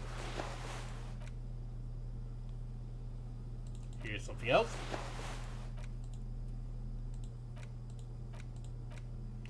One more.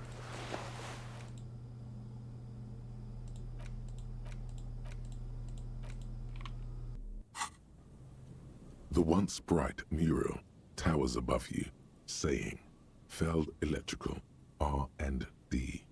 Tomorrow is just a whisper away. Why are there random modifiers? Anyway, for random side quests, let's listen to the wind. Actually, that kind of tells me that this might be a turning point. Even though you're sure you succeeded, all is quiet. There is no cold hand brushing against your forehead, no rustle in the reeds. The wind has died down. The ruin in front of you is silent as a tomb. What were they even attempting to do here? Trying to talk to the wind, the city, whatever you thought would happen, did not. And now you're just standing there, in the dusk hour, with your hands fallen to your side. Is trying to talk to the city something you've done before? Is it in your secret repertoire? A trick for when you're out of ideas? She could be anywhere. How do we find her? How do we? I was really hoping she'd be in the village. Okay. She's probably north of the village, and this place is a peninsula. We already scanned most of the outdoor areas on our wild cryptid hunt, so we have an understanding of the geography, at least. And then there's the church. We've already searched that and can rule it out. I know it doesn't feel like progress, but exclusion is a step too. Anyway, we do it the old-fashioned way, sector by sector. Go over the whole peninsula, ask the locals, enter the places where we can enter first, like we did in the village. And if that fails? Then, if we're desperate, we can look where we can't enter. Bunkers, storm drainage, this place. I'm sure it won't come to that. Walk the coast, the old boardwalk, the reeds. You can always come back here and talk to the wind again. Look where it already got you. An adventure awaits. An adventure on the windswept urban coast. Fuck it, let's listen to the wind again.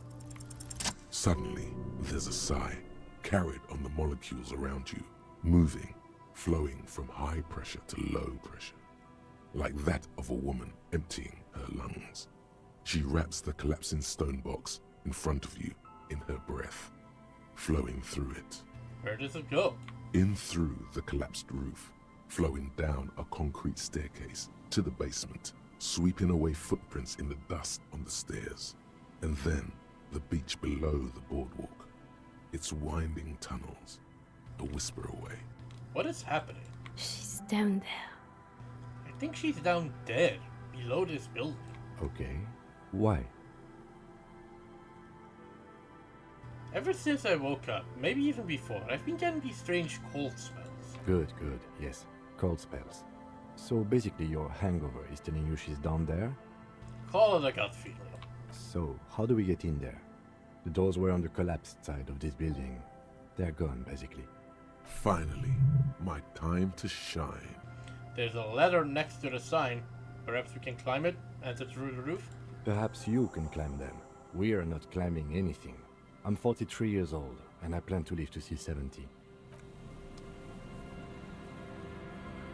The hell?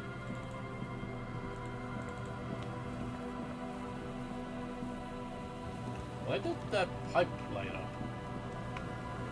An old pipe peeks out from beneath the rotting boards of the boardwalk. Could this be an alternative path into the fell building?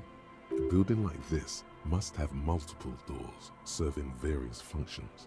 Perhaps a basement access. It's a sewer pipe, visual calculus. Don't be stupid. Come closer and look at it. Your eyes slowly begin to adjust to the darkness inside the drainage pipe. The lieutenant looks over your shoulder. What's in there? At first, you can't make anything out in the darkness at all. Okay, what else? As your eyes adjust, you see some trash. Crumpled up newspapers, cigarette butts. Someone has half-heartedly spray-painted skulls on the right side. And? And nothing. Broken glass from bottles thrown against the walls of the pipe. A syringe. Could we get into the building through this pipe? Given that this isn't a martial arts thriller, it's highly unlikely, and not without risk to our health either.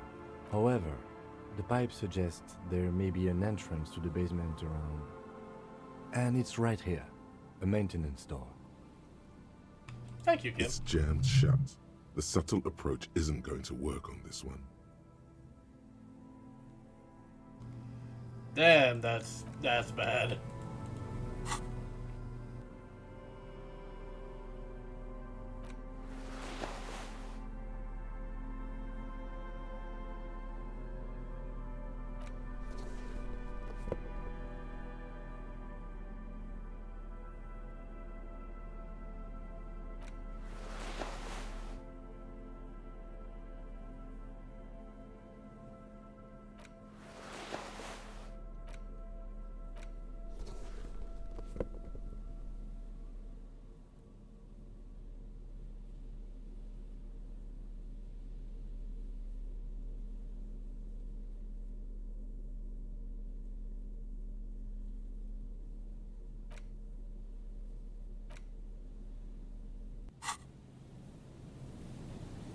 Behind the pipe, the maintenance door, rusted shut and half-sunken in sand.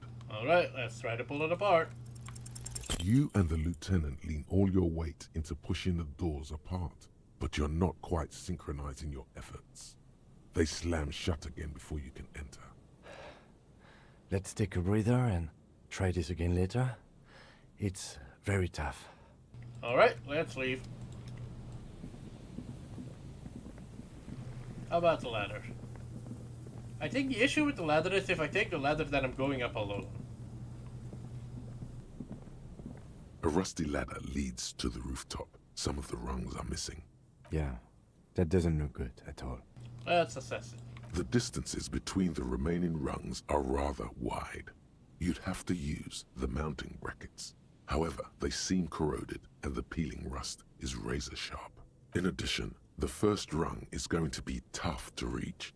It's what, 3 meters above the ground? And you're 180?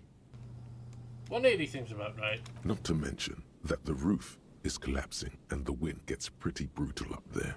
Dismounting from the ladder is going to be hard.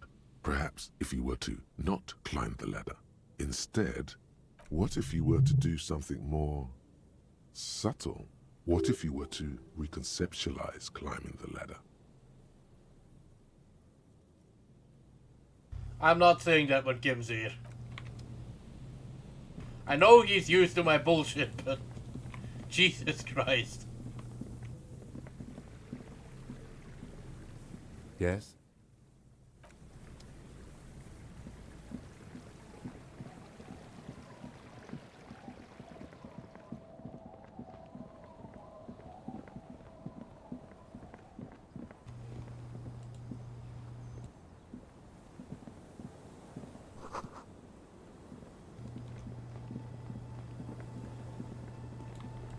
It's getting late and it's snowing. Time to call it a day. Good night, Ken. Good night, officer. We'll meet in front of the shack in the morning.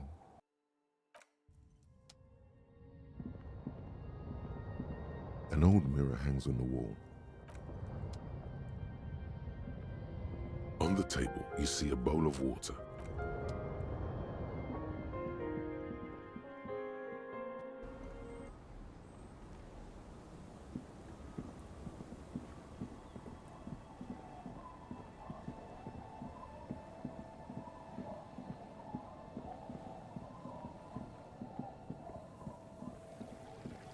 I should probably try and put some stuff into physical instrument. Because there's a few checks behind it that I want to check out. Anyway. The rusty ladder leads to the rooftop. Really? I need Kibius to say that? Jesus Christ, man.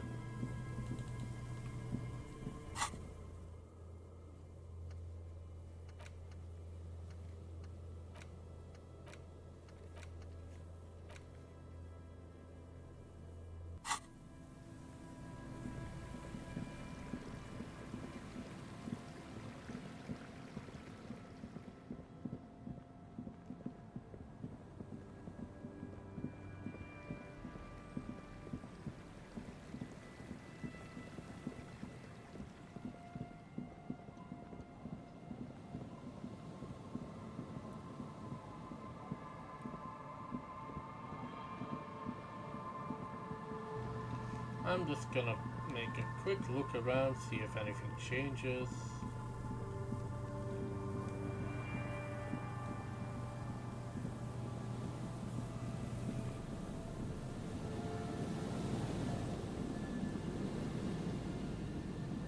Not expecting anything to change, but you know.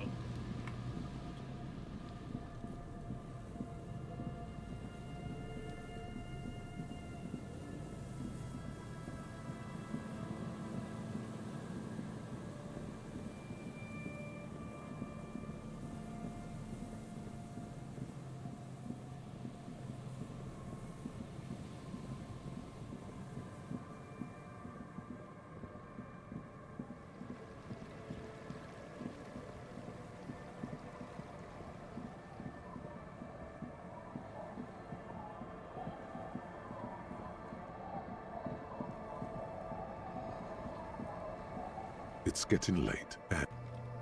Let's call it a day. How many skill points do I have, by the way? Quite a few. Enough to throw one into physical instrument. And I'll also throw one into perception. And reaction speed, why not? The bed is comforting. Let's go to sleep. The bed underneath you is soft, if lumpy. Waves wash the sand underneath the hut, then grow distant to your ear. In the quiet hum of the organic heater, you fall asleep. Like a deftly cast fishing net, sleep pulls you out of the world and into its dark shore. The rough mesh chafes, tightening around you, it digs into your brain. Great, this is gonna be really chill. How have things been going for you out there? Helped anyone lately? Saved anyone lately? Murdered anyone lately? This bastard isn't even listening to you. Because you know you are a murderer. A disco music listening psycho killer who offs poor people and then forgets about it. I don't care. That doesn't scare me. Hear that? You are naive to think he's afraid of his bloodied hands. Soul brother. Oh no. I see inside his amygdala and his hippocampus. The thing he's really scared of is much, much worse than that. What is it? Don't tell him, sister. It's too bad. They're right. This is their function. To keep you from... Why are you doing this? I just want to sleep. I can almost see the dark. We're trying to help you. All these processes, these tortures, voices and tremors are all just distractions, flares and countermeasures to keep you from the last dream. The worst of them all. The last dream? The last dream will be total annihilation. Cinders peeling off the fuselage. We won't be there to help you anymore, Harry. We will be dormant. You will be naked and alone. And the air will smell of apricots. Of hell. An ancient sadness, brother. 10,000 years later, in front of the video rental, there is a warm breath on your face again. Everything is okay again. Everything is so okay. Can't wait. Can't wait. Your eyelids flutter open for a moment. When you close them again, you sense the light of the room around you. You're back. In 2 seconds, the alarm will ring. Let's open my eyes. Time to wake up while you're sleeping in the chair.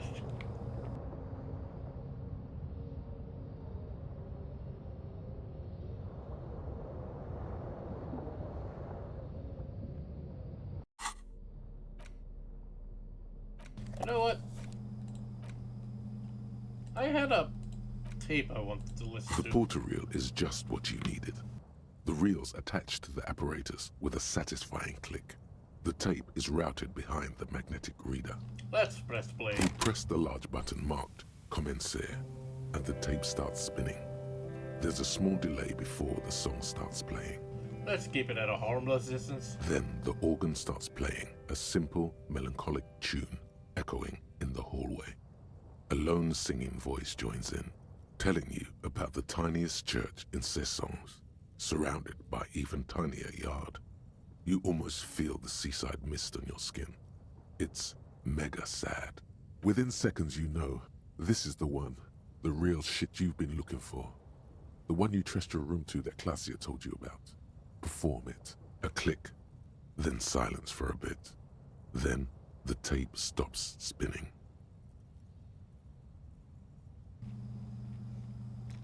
Scratch that. I'm already crying, and I look dumb and old. Crying is good. It gives your performance authenticity. Besides, you already know the lyrics, since you listened to it like 1,000,000 times. Yup, they're all here. All 3 verses. And the B-side of the tape contains the instrumental version. It's like the world itself is telling you to do it. Only one obstacle stands on your way. What? Gart. You have to convince Gart to let you sing karaoke in the whirling. After you've won him over, you can express yourself. Let the pain out. Make everyone understand. Why can't I just sing this alone? Immediately, the boombox tunes itself back to the Friday night beats, vibrating on your shoulder. Why do I have to involve other people in my pain? Hello, Kim.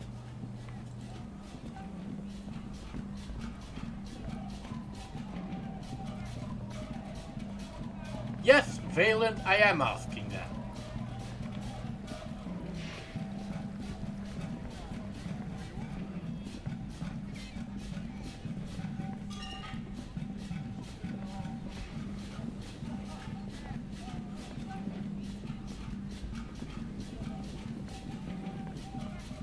I keep running around here expecting to find something.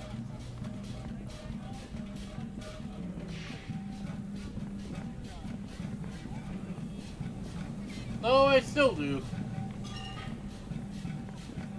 But at least that has a mechanical or a social mechanical purpose.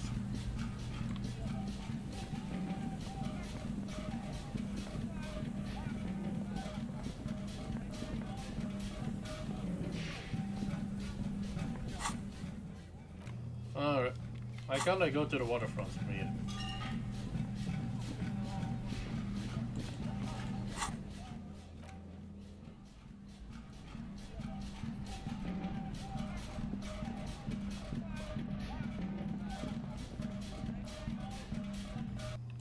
Sure, sure.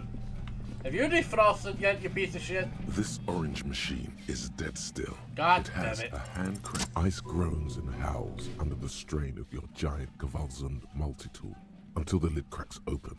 There you Darkness lies inside, but you can faintly make out an object, intricate and foreign, left there for a sub-zero beauty sleep, a filament memory with the words "off-site copy" written on its side.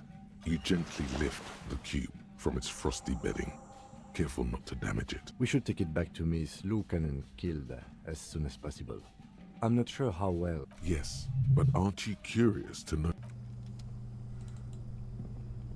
I should have done that in the evening. But fuck it.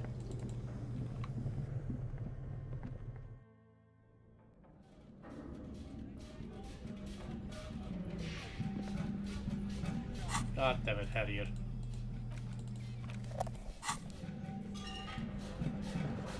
Tiles on the cube are like a outside smooth copy. drawer. The speaker comes to Good morning, please repeat. Is this the I have the password after No, death. that's not it. Maybe it's the second part of the leitmotif you saw on the stained glass window. After death, life again? Good. I've unlocked the offside copy. After ending the call, please. Ka-ching. Fortress accident. That's all for now. Thank you. Tiles on the cube ask. It Rinse? sounds like something cracks before the piece of paper starts filling up with pure black ink. Something's broken. Machines aren't supposed to behave like this. Read it anyway. The paper is soaked with ink. Its monochrome darkness spanning from margin to margin. It's not possible to make out any information. What happened? It's just covered in ink. Odd. Something is obviously broken here. Let's examine it again. A single speck of white shines out from the shade. For some reason, the printer decided to spare this one tiny dot of paper. Looks like gibberish. Better get running again. Oh, let's set it Tiles off. on the cube are still smoldering, casting the framework in a soft glow. Fluorescent play and print keys shine on the keyboard. Print again? It sounds like something cracks. Something's broken. The paper is tiles on the cube. The Oh, filament never mind. slides out. Yes, Kim? Okay. What do you think is going on with that computer, chalkboard, and fireplace?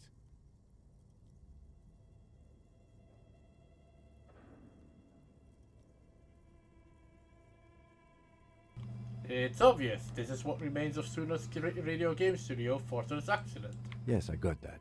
What I meant was, what were they trying to achieve with this damn game? What were their ambitions? Because this here looks rather advanced. This is way above your tiny little policeman head. Thank you, conceptualization. I don't know, I'm not an artist. Okay, well, I think. Like he's ready to lay out a fine theory, crafted together like a puzzle box. It looks like one of those popular pen and paper role-playing games. Only these people were trying to automate it, make it work on radio computers. How are they planning to do that? Through call-in stations. None of the players have to be physically present. Anyone in the world can participate in the game, as long as they have a two-way radio. Then there's the game master frequency that listens in on the smaller call-in stations. I think that was supposed to coordinate the stories, functioning as a master of ceremonies of sorts. Coordinating so many games would take a whole switchboard of people, possibly divided into sub-frequencies. Has anyone done this before? Not to my knowledge. They make automated games in Graz, Messina, Königstein. You know, places with industry. Not in Revachol West, among the ruins. But I don't think anyone has attempted to create an interinsulary game before. We just don't have the technology. And this was a role-playing game? Indeed. Those Welkins are a dead giveaway. Role-playing people love that stuff. The world looks like a modified version of the WeWorld board game, with hit death thrown in. Super cool. Someone should give them millions of real immediately.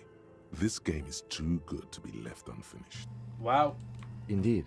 It's ambitious and untethered from reality, but...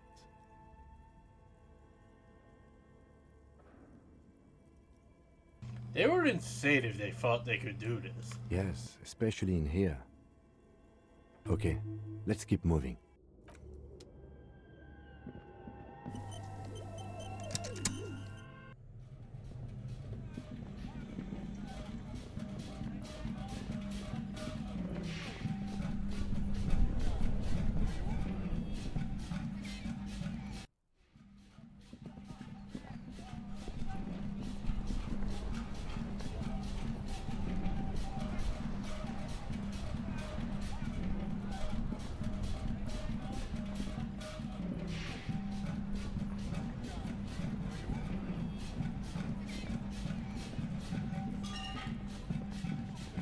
I'm just walking around with this boombox now.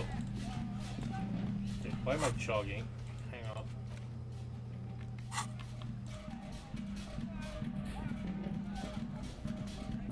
The game is a little bit particular about where you can fast travel and where you can't.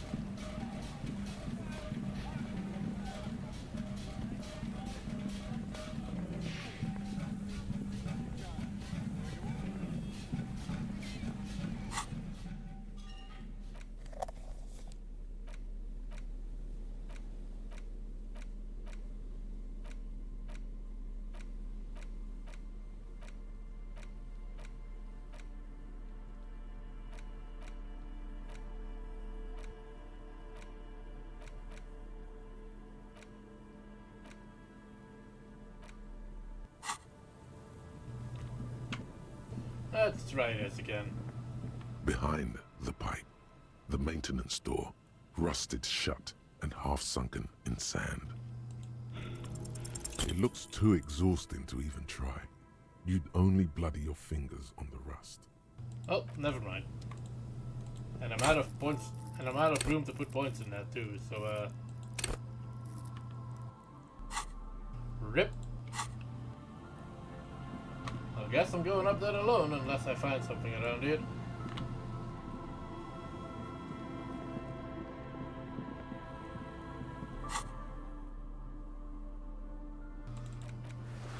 But if that's gonna be the case, I might as well put on my conceptualization stuff. I'm gonna make an ass out of myself, might as well do it properly.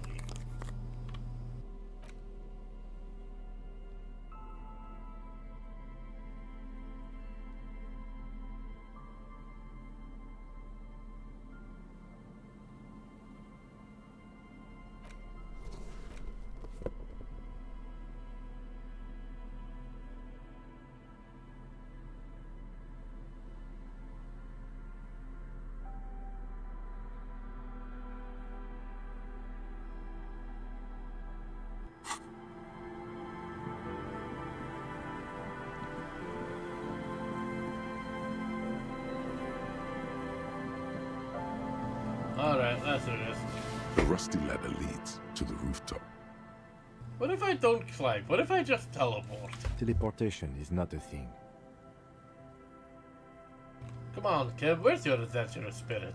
This really has nothing to do with adventure. We are dealing with basic physics here. Won't hurt to try. Oh yes, it could hurt. A lot. Fuck it! All you need to do is close your eyes and concentrate. Darkness enfolds you. You can feel the distance between the bench and the first rung of the ladder. All you need to is... do it. Zoot, zap, pow, crinkle. It's like magic. You feel yourself disappear, your atoms fading out of existence. Okay, well, that's impressive, but... Bang! You find yourself on the roof, having mastered the art of physical displacement. That's not good. You know, for the record, you didn't teleport there. You just climbed the ladder with your eyes closed. The wind at the top of the building starts howling loudly, blowing away the lieutenant's voice. Faintly you hear. Never mind. Find a way to let me in when you get inside. Don't go adventuring without backup, especially if we think the suspect may be hiding here.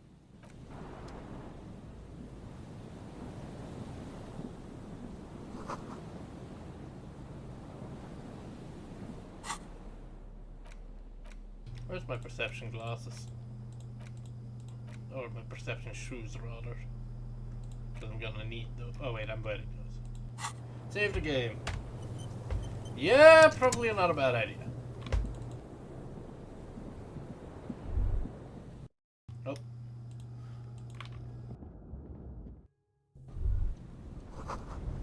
Stones Fall, it's a long way down.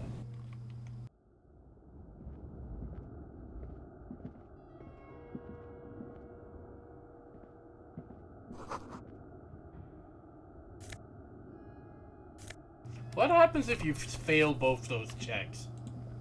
Does the game just soft lock?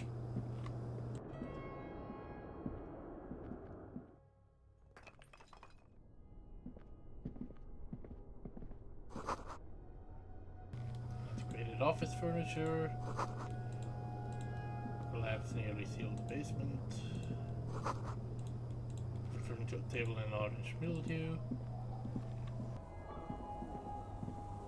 Two rusty metal plates that slide apart form a crude door. It's been here under the boardwalk for a while. Push it open.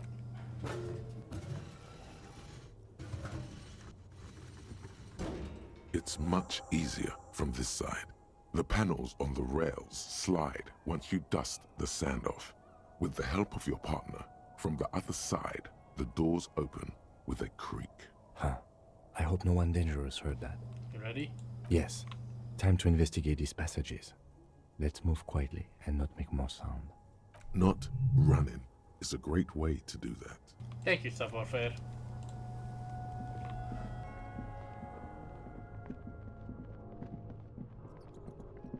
I wonder if there are quieter shoes I could be wearing.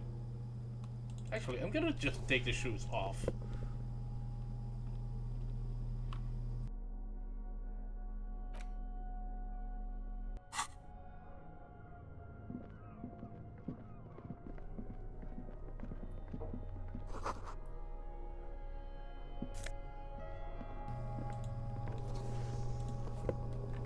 A suggestion to check it.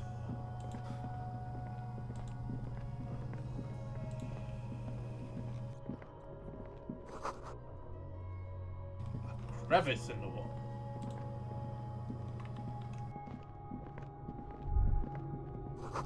Stale fabric smell and dust. No one slept here in months.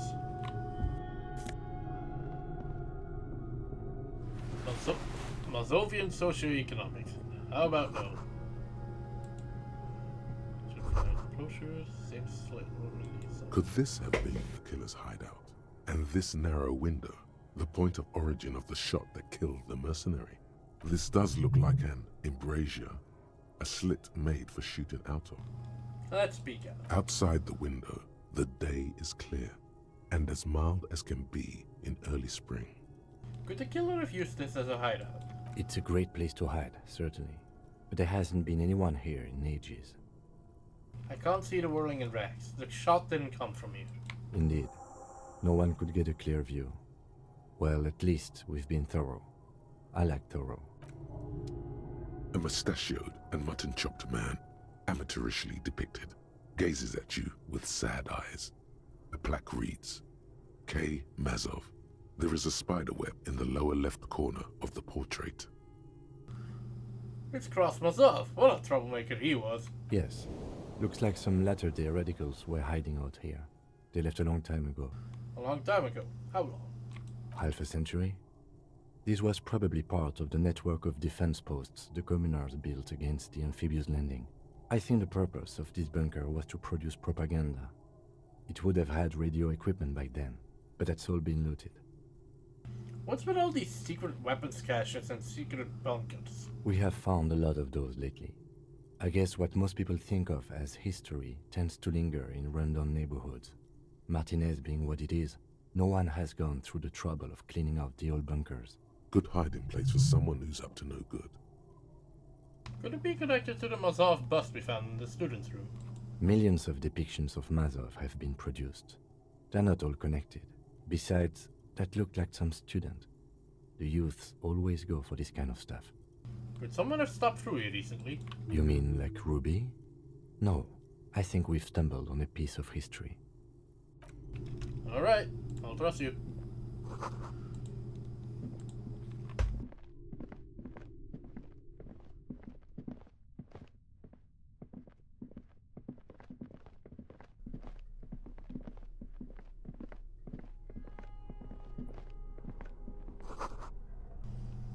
Oh, the odd soul has been here.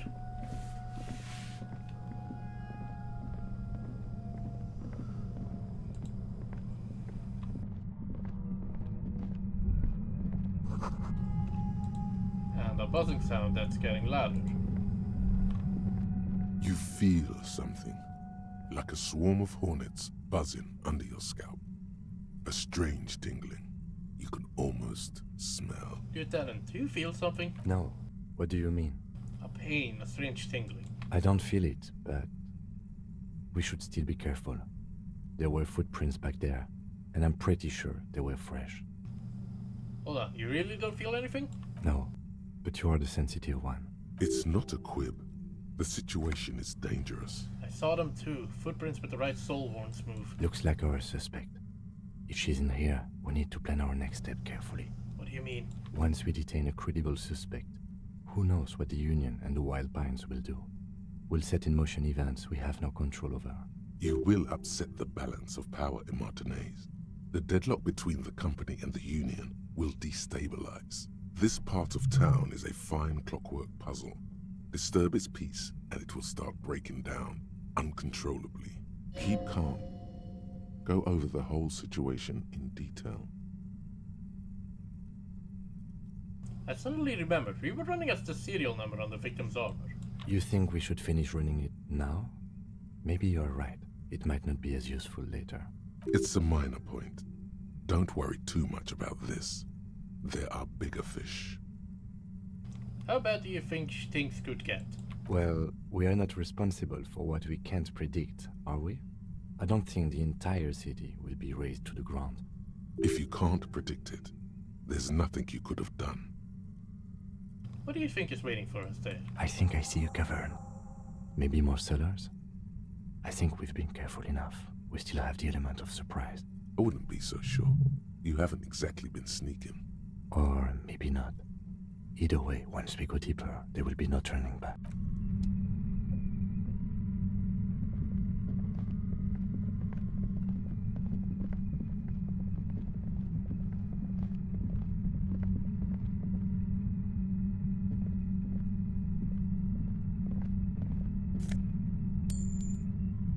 Money. Money. A concrete pipe buried in sand and dust. An anorak.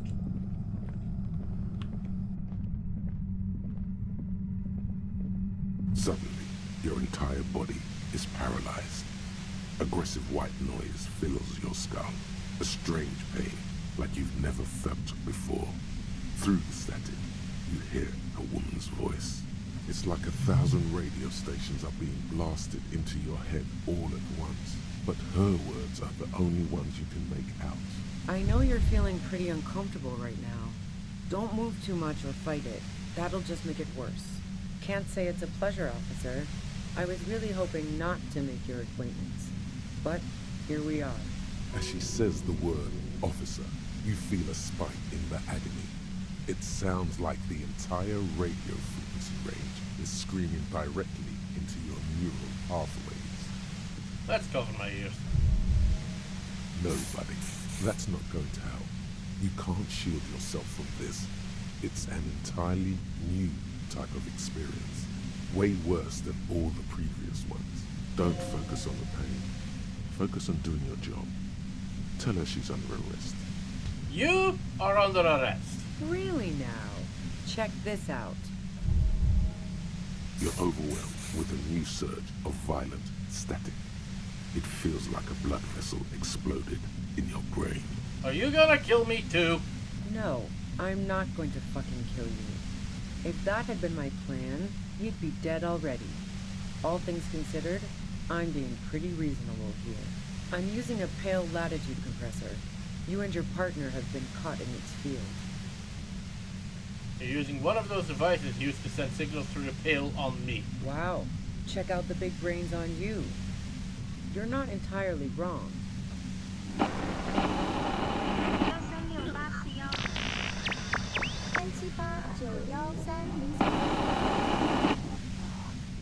A pale latitude compressor is used to sort of make the pale more manageable. With a lot of these, you can force a radio signal grid on the pale, literally crunch the distance across it. Signals are relayed across a series of repeater stations fixed to buoys. Not a fun job manning those stations. All alone out there in the pale, people lose their minds in just a few years. So, what we are experiencing is a concentration of radio waves. Precisely. This is an industrial strength paraboloid. It's meant for forcing dimensions on something that doesn't have them. Needless to say, the frequencies used are out of this world. At the upper limit is the large prime number generator station. It's used specifically for pale latitude compression. That's why you may be hearing some numbers. But you might also hear, or think you're hearing, local radio chatter. She likes telling you about the machine. Keep her talking. Look for an opportunity to break loose. How did you get your hands on this thing? I built it myself. And she's proud of it too, as she ought to be.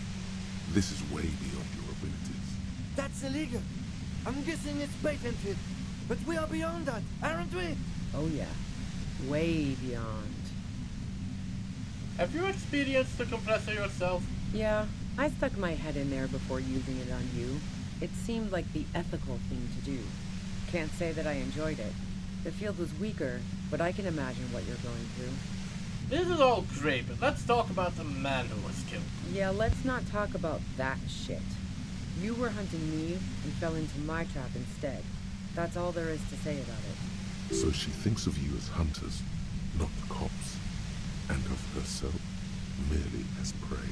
Please, could you just turn it down so I can ask you something? If you've got something really important to say, you can do it through the white noise.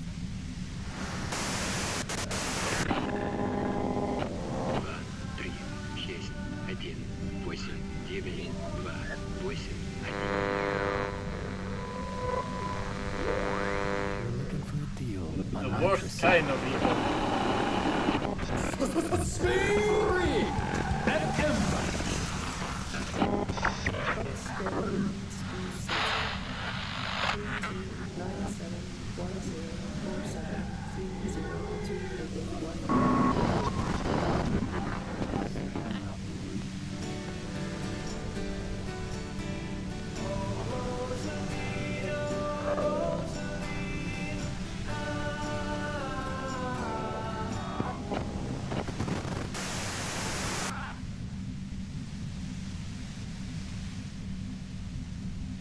Turn this. God damn it. Fine. If you really want to talk, I can dial it down. I've also got a gun, by the way. The gun she's carrying is a 2-barreled front loader, not like the murder weapon. Well, it doesn't feel much better, but she can form sentences now. Thinking doesn't seem to hurt as much. How did you know we were coming? I heard you in the passages, and I've been preparing for quite a while. By hiding bullets under floorboards? So you found my shack, huh? I'm not surprised. Why hide the bullet, though? This could have turned out pretty bad for me if you hadn't walked right into 25 bands of ultra-high frequencies. That's her admitting the bullet was an emergency exit. Did you shoot Lily? No, I didn't do it. I only helped stage the lynching, though I doubt that makes much of a difference to you. Who ratted me out, by the way? Was it Titus? No, he wouldn't have broken first. You're right. Glassy was first to share her suspicions. Oh. I knew the kitten had claws, but not like this. But she couldn't have known I was on the coast. How did you find me? Your Titus told me. It took some convincing. Oh, fuck. Took some convincing my ass. And those guys liked me, I know it. This is what happens to people whom people like. A dull despair. How the fuck do the rest of you get by? Does she mean that you're not a person whom other people like?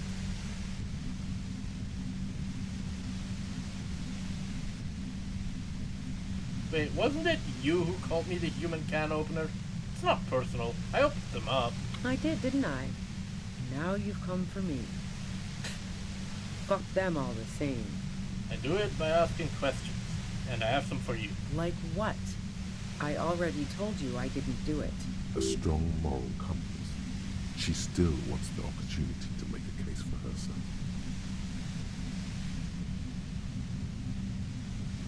Do you have an alibi? Did you leave any flowers for Classy on the roof? No. Gifts of flowers and candy aren't really my style. They weren't just flowers. They were symbols of the revolution. So now I'm leaving revolutionary symbols around? Come on. But she was mourning. I never did understand why, when someone dies, a hothouse's worth of flowers has to die too. Okay, so you didn't leave the neighbors. No, I did not. Would you say that he was a likable person? I didn't like him. Hardened mercenaries aren't particularly likable types. Did you feel protective of the Union? Yeah, sure.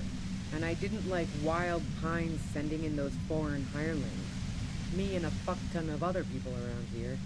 I hate to be the bearer of bad tidings, but I don't think she's perjuring herself. I have other questions. I'm listening.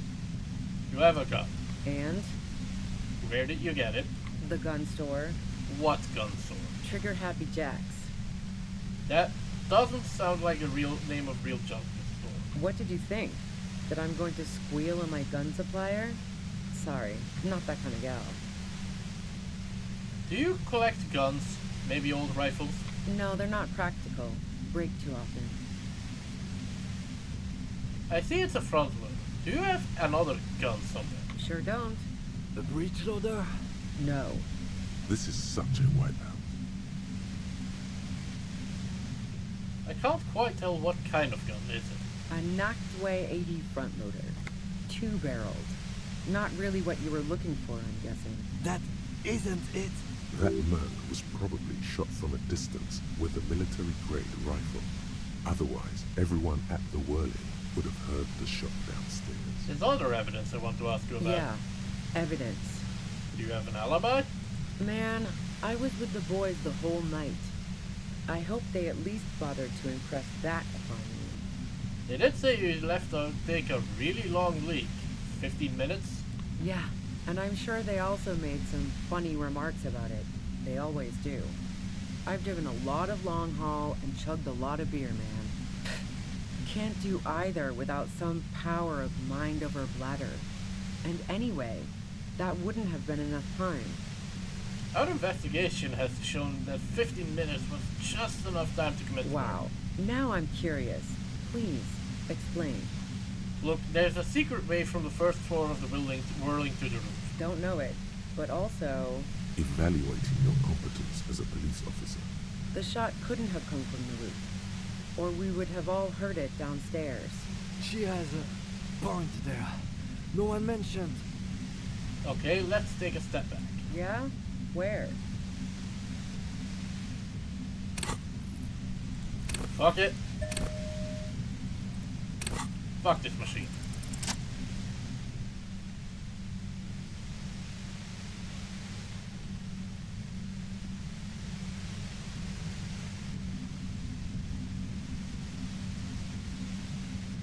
And this is why I save up skill points if I don't need them. You did it. The compressor lies broken on its side. It's quiet in your head again. It still hurts like hell, but... You okay, Kim? All good, officer. Be careful. She looks at the machine, assessing the damage. Her hand trembles. Oh, fuck it.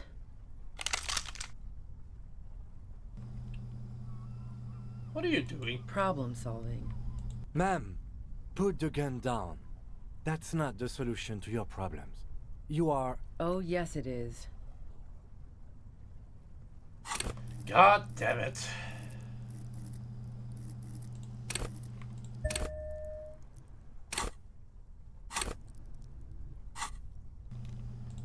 Please put the gun down. She's truly desperate. She thinks she has no other options. You need to give her options. What options? You know. Maybe I can still talk her out of it. This is how you talk her out of it. It's the only scenario in which she lives. I wish I could just let you go, but I have to follow protocol. She pulls the trigger before you finish your sentence. I think I'm reloading. You watch as her brains trickle. We can... That tent's dead.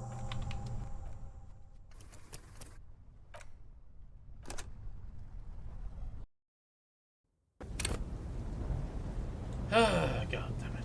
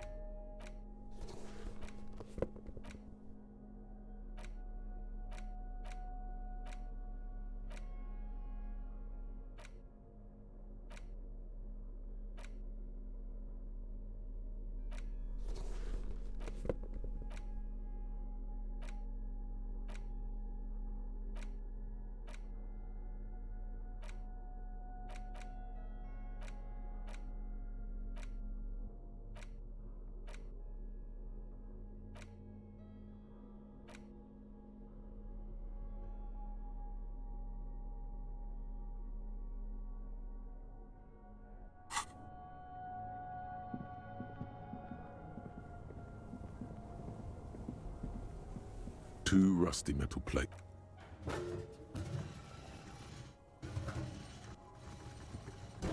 It's much... Huh. I hope... Yes. Time to investigate these passages. Let's move quietly and not make more sound. Not...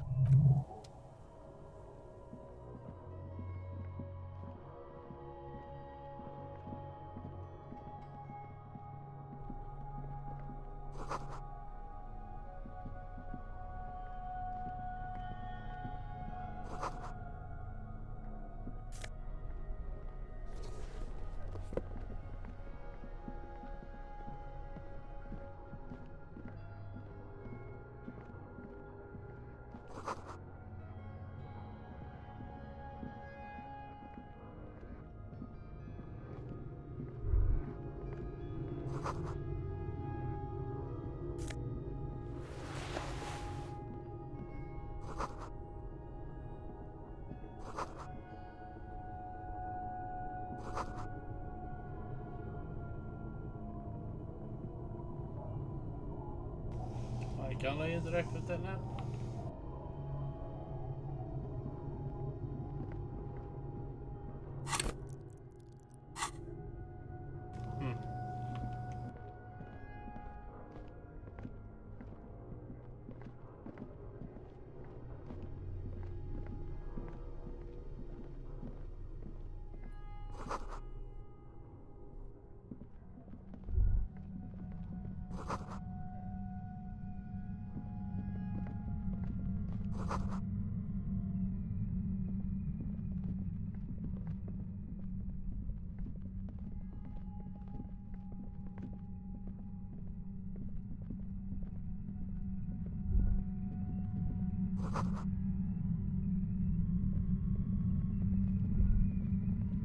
there it is again. No. What do you mean? I don't feel it, but... We should... No. But it's not a... Looks like our suspect. Once we detect... You will. This part... Keep calm. Go over the whole situation in detail. You think we should... It's a minor point. Don't worry too much about this. There are bigger fish. Well... If you can't predict it, there's nothing you could have done. I think I see it. I wouldn't be so sure. Or maybe not. Either way.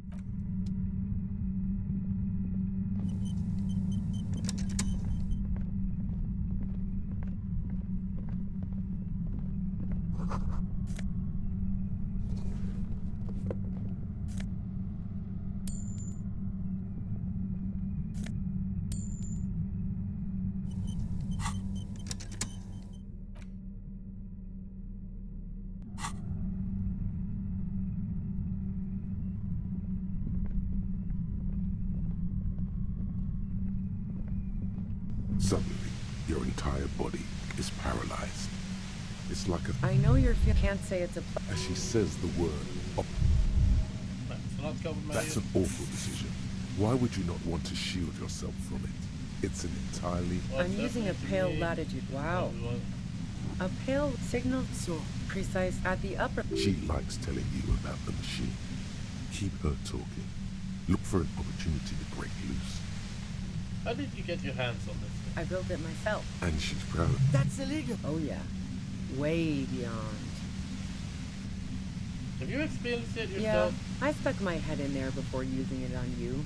It seemed like the ethical thing to do. Will I no. stay like this forever?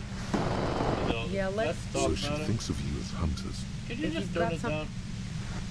God damn, fine. The gun she's... Well, it doesn't feel much better. But you can form sentences now. Let's Thinking smash it. doesn't seem to hurt as much.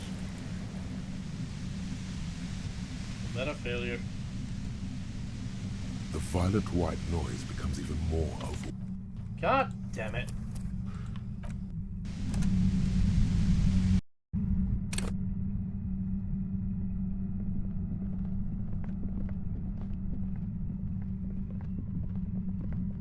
Suddenly, your entire body is... It's like... I know you can't say it's a pleasure. As she says the word... No, buddy. That's not going to happen. I'm using a pale... Wow. A pale signal so precise at the up... She likes telling you. I built it myself. And she's proud of it. That's it. Oh yeah. Wait, no. Yeah.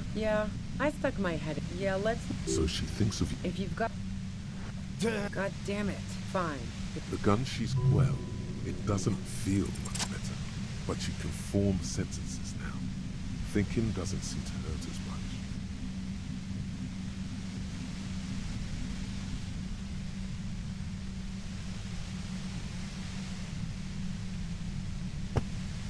You did it. The compressor lies broken on its side.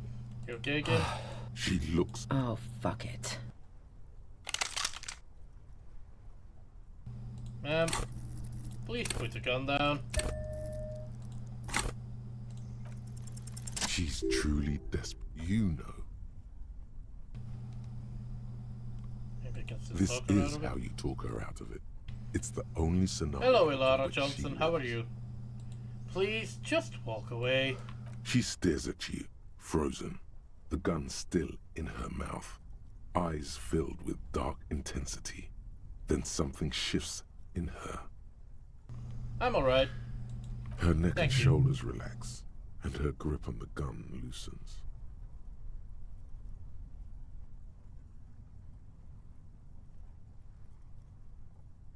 You don't have to do this. You're not cornered. I'm letting you go. Day of miracles. I'll take it. Is this game great? That depends on what your taste in games is. It's very surreal, and you have to like dialogue trees. She runs past you, then past the lieutenant, and disappears into the darkness of the tunnel. Good call. Are you sure? Yeah, I'm sure. I would have done the same had I not been incapacitated. I think she didn't do this. Her tent. We should check it out. Yeah, the story that she did it doesn't add up. Money! Go porridge with bananas. Mean. I play a variety of games. This is also not the kind of game I would play more than once, I think. Alright, what's up with this tent? The plain red tent stands by dispassionately. It was pitched by practiced hands. She's used to camping out. Let's look inside. The tent looks old. Thank you for well following maintained. me. Welcome to the In strange the tent. darkness of the tent, Enjoy a your rolled up stay. sleeping bag, cooking utensils, some books, and a kerosene lamp. Also, why did...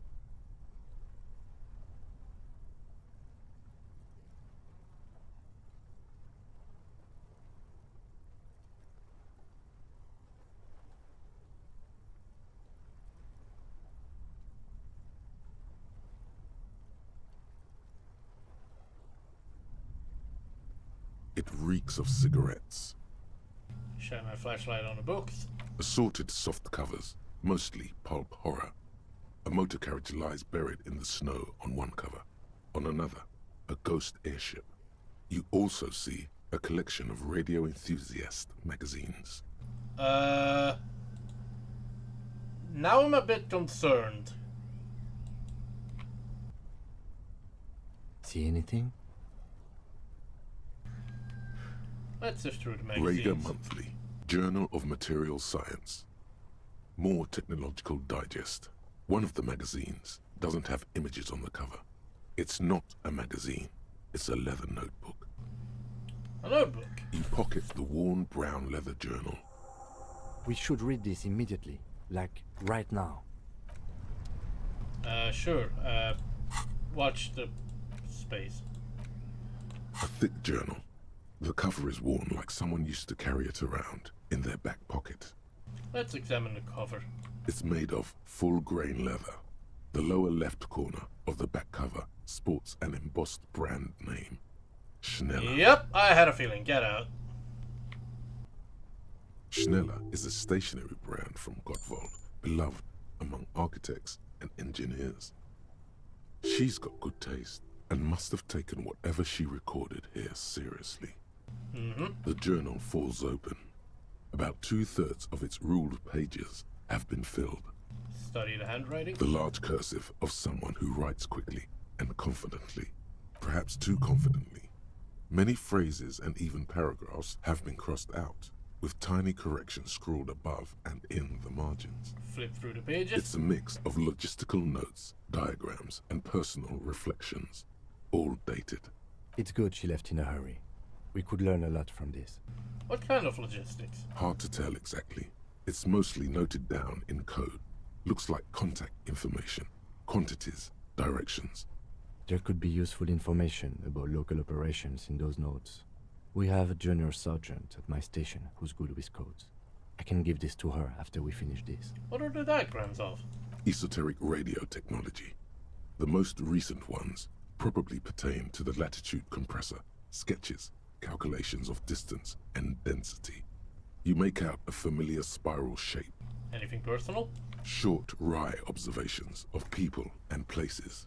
Probably a way to pass the time on the road.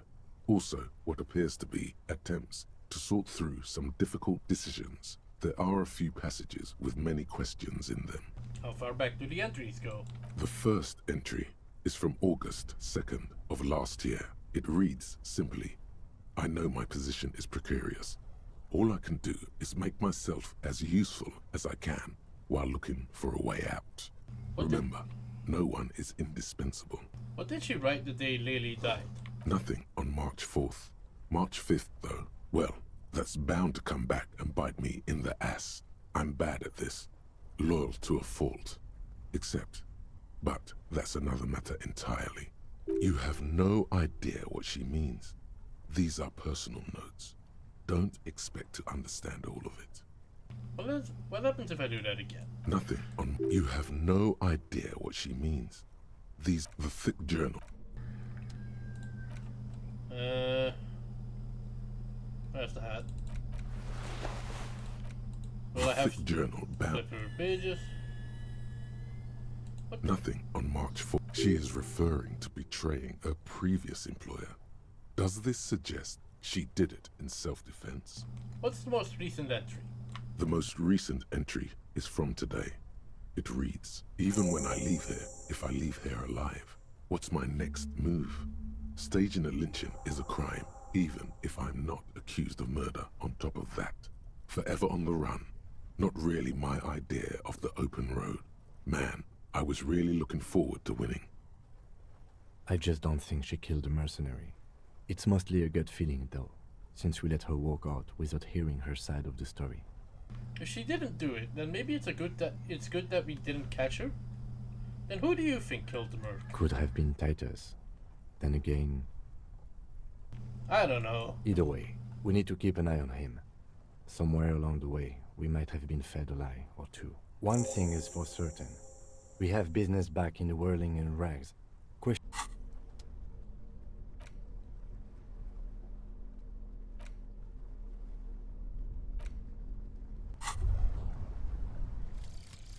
Date of birth generator. You were born in the year 07, in the last year of the commune of Revachol, right before it fell, in the old military hospital on the ground floor, where people usually came to die during a snowstorm. The revolution had about 1 year left to go, and the fires were still burning bright. There were explosions in the blizzard. This was 44 years ago. You are 44 years old. The bloating might never leave your face, but beneath it, you still have some years. You still have some hope.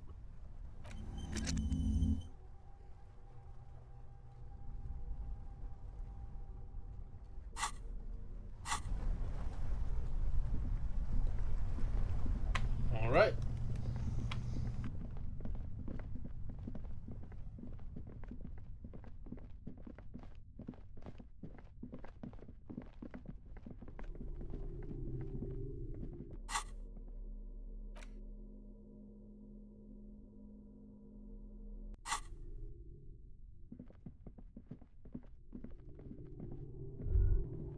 Could this have been? This does look like outside the window. It's a great place to hide, certainly.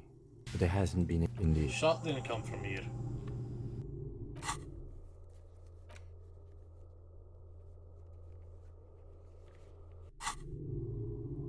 What is lens? A mustachioed and mutton chopped man. Yes.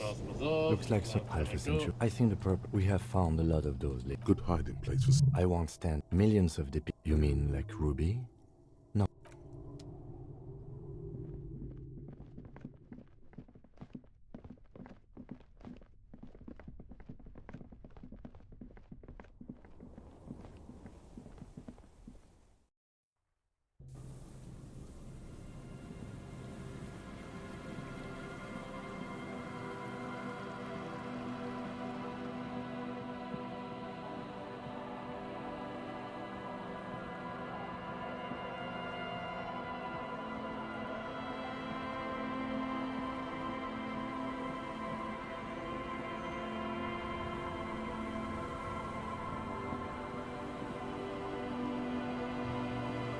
All right.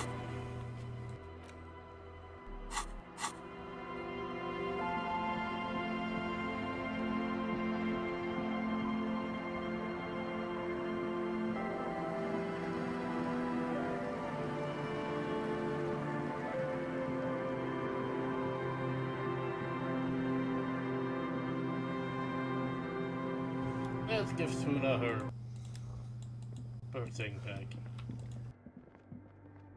How's this? Here, look.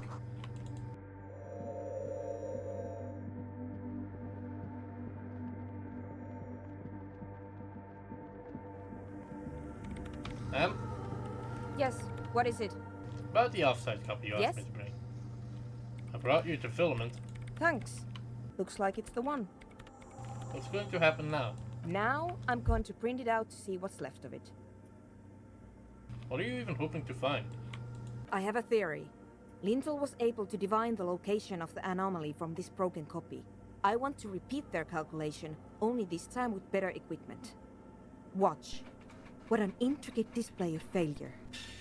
The paper starts filling out with ink, soaking it in a gleaming blackness. Not a single line of data stands out. This is wrong.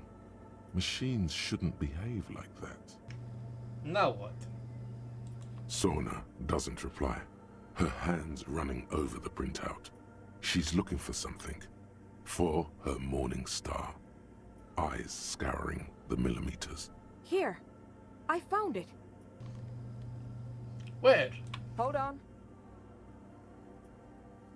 Can I do anything? Shh. Just give me a second. I'm almost... I've never witnessed a programmer work before. done. I've got it. I found the location of the anomaly. Oh my god, congratulations! Thank you. So, where is it? Where is your 2mm hole in the world? There. In the swallow. Think you can help me again? Sure. I need you to go move those water bolts for me. I need to double-check my calculations. What an interesting proposition. Truly a task for the intellectuals. Solving the puzzle of water bowls. Right, I'll go figure it out. I'm good at intellectual Figure it out? puzzles. No. I don't need you to figure anything out. I've got a computer for that. Just walk over to the circle and follow my instructions. Move the third bowl 2 centimeters to the left, and the fourth bowl 5 centimeters to the right.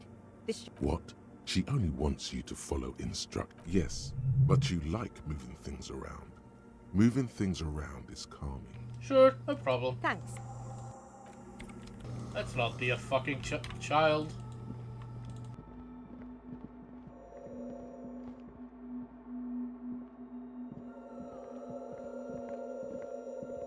It's awfully silent again.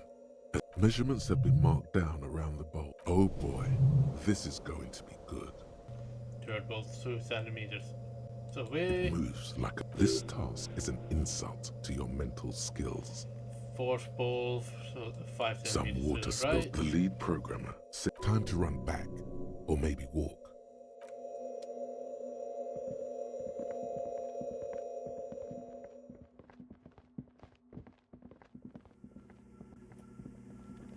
Yes, what is it? I have moved the bowls. It was mind-numbingly easy. What's next? Great. Everything should be aligned now. What's wrong? Yeah. Nothing. Now the only thing left to do is to unmute the headphones. If we got the location right, we should then be able to hear whatever sound this anomaly makes. Isn't it just going to be silence and nothing else? I don't know. That's what I'm scared of. I don't know. It could be anything. I mean, what sound does the nothing make? How can you even listen to something that doesn't exist? What if silence is only what surrounds it, but the swallow itself is... What? I don't know. I'm just scared. Maybe it's going to be something terrifying. Maybe it's going to tear the world apart. Like that evil ink that filled the printout, erasing coherence and meaning. You're overthinking this. Maybe. Maybe I'm just tired. Let's think about this logically. Why would nothing be terrifying if it's, well, nothing? Why assume that something that has no presence, existence, or qualities has to be terrifying? Because it reminds us of death. And we humans tend to think that death is pretty scary. It's scary, but we just have to face it. Yeah. You're right. Let's do it. The lieutenant takes a step back. And then, nothing. Nothing happens. As Sona Lokanen-Kilda presses unmute on her keyboard. Nothing but silence. You can hear some small animal cross the floor in the chancel. It's that quiet in the sanctuary. Can you hear anything? She doesn't answer. Her eyes closed and brows knitted together in a state of deep focus. One hand cupping the headphone. Well? Damn it. Come on, did you hear anything? No, of course not. Nothing happened. Let's move on. What do you mean nothing happened? Did you find the swallow? No. No. My hypothesis was wrong. According to this, I should have heard something if I got the coordinates right. Like I said, silence is only what surrounds it. But this is just another failure. Silence sounds like silence. That's all it is. You can try on the headphones. See if you can hear anything. But don't get... This can't be it. You should have a listen. Sure. Everything disappears. You are draped in silence like a drowning man staring into his puny little headspace. And then the pressure changes. What does it mean?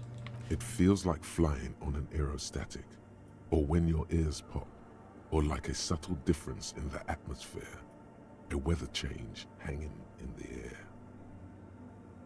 What if the sound you're looking for is too low for you to hear it? Sona, what if we just need a better sound system? A better sound system? Alright, but where would we get one? Suddenly, a rhythmic beat permeates the walls, causing a small patch of decorative stucco to crumble onto the wooden floor. They should really allocate some renovation funds to this place. No. What they really should do is shut down the disco men for disturbing neighborhood peace. Yes, but they could help with the speakers. You mean the speed freaks? Of course, the speed freaks. They have a fantastic sound system. And you think they would help me? They would, if you wouldn't mind them moving in with you. I guess I could live through a week or two of peaceful coexistence. Great, I'll go talk to them. Sure. Let me know how it goes. Thanks, officer.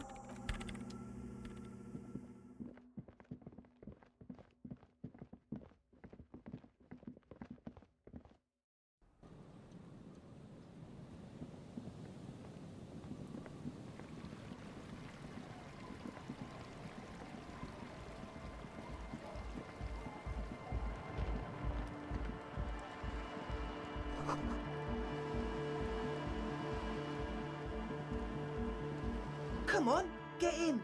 Sorry. You go ahead. I'm actually not, he thinks. I'm sure you will feel right at home. I need to stop skipping, Hi again. skipping dialogue. So, how are things going? I'm here to talk about the church again. Yes? What's the deal? Good news. I managed to convince Sona. She's okay with you guys moving in, but on one condition. She needs your speakers for her project. We are grateful, Copman. You're an augury of a new era of Nordic dance music. You're going to have to share space for a couple of weeks until she gets her research finished. That's fine. We can manage. And you're still sure about keeping our little side business, right? Oh, you mean the illegal drug lab? There will be no shady shenanigans in the church, only love and Nordic dance music. Fine. We can make do. It's going to take us a bit to move our stuff inside. A couple of hours, maybe. Come check back later. Let's get moving.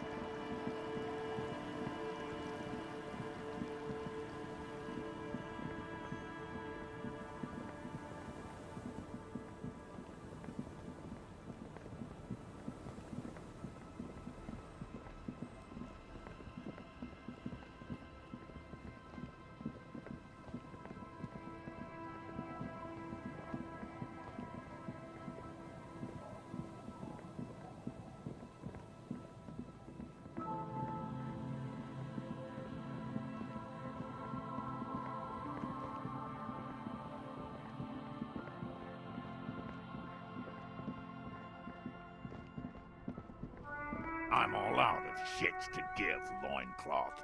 Welcome to the fucking reckoning. Oh, for fuck's sake. Put your damn gun down. People are gonna get hurt. We need to talk this through. All right? Shut up! You're not gonna talk yourself out of this, loincloth shit fuck. This is the mercenary at the gates. His chest rises and falls under the ceramic breastplate. His fingers reach for the butt of his sidearm. Kim, what's going on here? Shh. This is a misunderstanding. Nothing irreversible has happened yet. You can just return to your unit and forget all about this. The Kypt is merciful, willing to spare us if we just forget about our murdered and humiliated commander. I think we should just kill everyone, Corty. You are all drunk. Come to your senses. You won't gun down 7 people in the middle of the street. This isn't a frontier town or a jungle outpost. Easy, Lizzie. Let me handle it.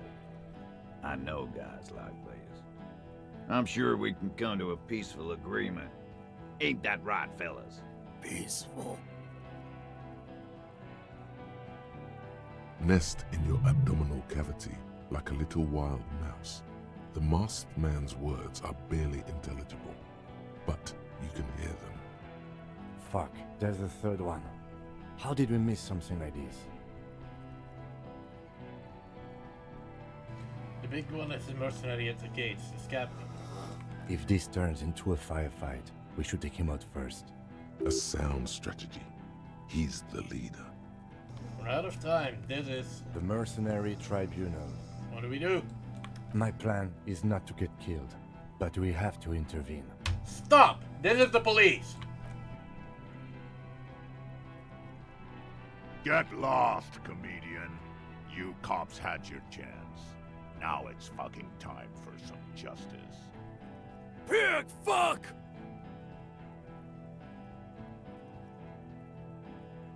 Easy now. No one needs to die here today. Oh, people are gonna die today. We're not leaving it like this. These tribals hung him up for everyone to see. No one is going to kill anyone. Let's just put the guns down and talk like civilized human beings. With a wordless gurgle, the killer loads his long rifle. The leader gives a small nod to the helmeted man. You feel your fists contract as you stand there between these men, all carrying real weapons. You really should have a gun in your hand by now, or something dangerous. This feels scary. No, it's okay. Soften him up and trust the others to attack if it comes to that.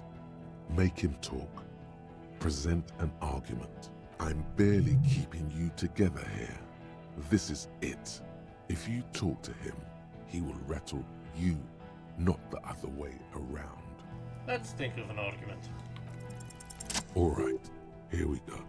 This is an illegal tribunal. Krenner would never sanction this. Who's the commanding officer? Take your pick. You only have time for one argument. Choose wisely.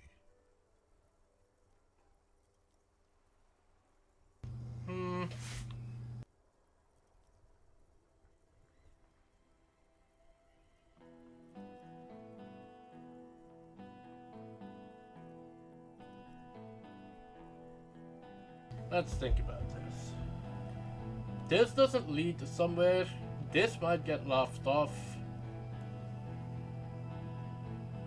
And I don't know how starting a leadership dispute would help. Actually, it might help. Just a question. Who's in charge of your unit after the death of your colonel?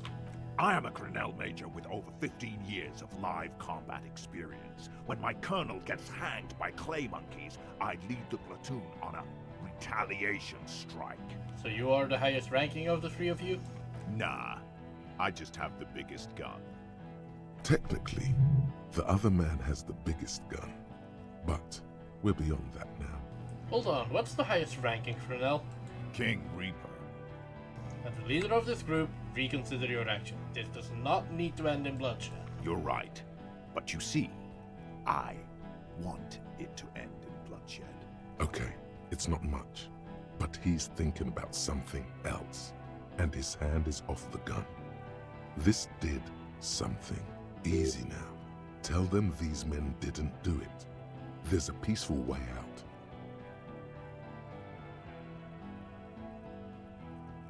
Listen, they didn't do it.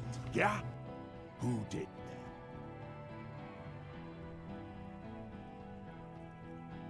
It was someone else. Someone who's not here now. How fucking convenient. His fingers are twitching. That's a draw reflex. He's about to draw. He was shot from a great distance. A sniper did it. You think I'm fucking stupid, cop? What if I just shot one of your pals here, right now? Huh? How about the kid? Tell me, it's a magic fucking sniper one more time. Listen, please.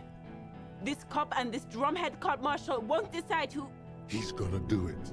He's gonna shoot her. Well.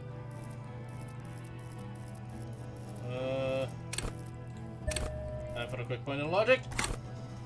Think. Why won't he believe? The Hardy Boys confessed to hanging him. All together. Titus said, we took him out back and hanged him. He said it loud. In a public place. Listen, he was shot. He wasn't hanged. Listen to You're me. lying. DePaul heard it. You heard wrong. She and these men have been helping us find the shooter. The hanging was only a cover-up. Listen. Fucking liars. The shot rings in your ears. A low, tinny ring. The young woman stands and looks behind her. The shot has flown over her head, crashing a small pane of the glass window behind her. I missed. I know what I heard, Corty. They said they killed him. They said it was a good way to end a Sunday night. That doesn't sound good. You need to change. What topic? Shots have been fired. Act before it's too late. This was a close call. Where is Glacier? She can explain this. Who the fuck is that? Glacier, the woman upstairs. Where is she? She left! Unarmed, hunched, but keeping it together. What do you mean she left? She left! Her room's cleaned out! Right before these assholes showed up! We should have arrested her. Hey, Bushman! Your little cunt isn't gonna help you out of this one! Fuck me. I think I'm screwed. Who is that? I didn't know you had a third guy. Rude. Rude is the killer. Rude, the killer. Owen Cloven. He doesn't talk much. All of you cunts inside out. What was that, Rude? Rip you open. The killer? The gunner. The raddest. The killer. What do you think he does? There, on the rim of Owen Clerven's helmet, you count little stick figures. 19, 20, 21. Let's count. About 50 little stick figures. All of them black, plus 2 little white ones in the end. These men served in Seminai, the native islanders. Think you're real tough, huh? The killing is meaningless. Huh? What are we waiting for? Let's blow that pig fucking mouth! Lance Corporal! Just fucking shut up and wait for your order.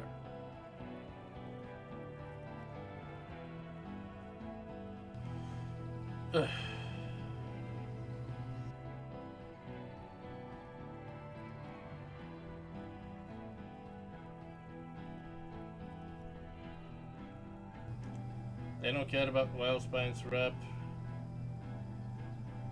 Mate, you're all drunk. Yes. Look at yourself. So what? Your judgment is impaired. Nah. I'm clear as day. Fucking government-ordained super soldier. Enough already! What is this? We didn't come here to fucking chat! Interrupt me again and I will execute you on the spot, Lance Corporal.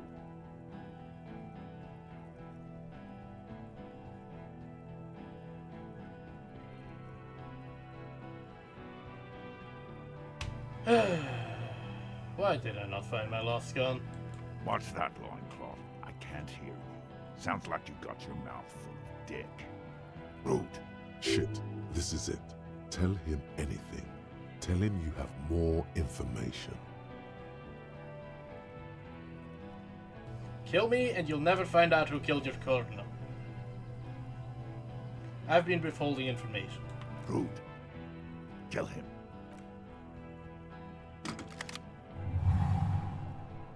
The porcelain man raises his rifle and takes aim at you. His hands are steady, and the long barrel of the rifle sways slowly.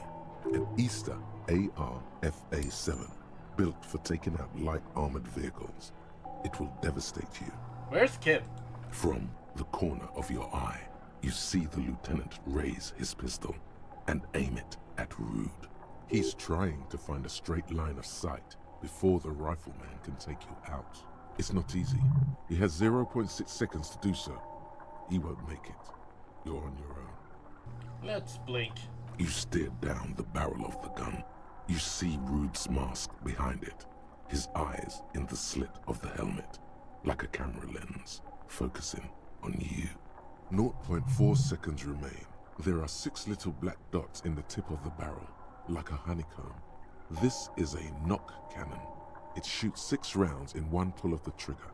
God, you're so frail. Too frail to think further. Time is running out. Well, let's dodge a shot. You leap left. A swarm of angry lead passes mere millimeters from your side, tearing fabric off your coat. Feels like the lightest of tucks. Stop shooting at me! The man tilts his head, trying to see through the clearing smoke for the next shot. Watch out. To your left, DePaul is about to take a shot too, at Kim. God, please. He's aiming for the eye slot in Rude's helmet. An extremely difficult shot. 2 shots ring at once. One from the lieutenant's pistol, and the other from DePaul's. It's aimed at the lieutenant, but it misses. You hear a scream behind you. Who screamed? Glenn, dying in a puddle of blood behind you. His mangled torso has 2 gunshot wounds. Blood gushes out of them like red geysers. You see 2 cold eyes looking at you through all the smoke and panic, and a pistol raised, aiming at your chest, point blank. Then the man squeezes the trigger. Look him in the eye. A look of happiness. His eyes seem unnaturally bright, shining like stars. Something in the fear must distort him somehow. He is evil, and the end. Here it comes. Death. Fuck it, why not?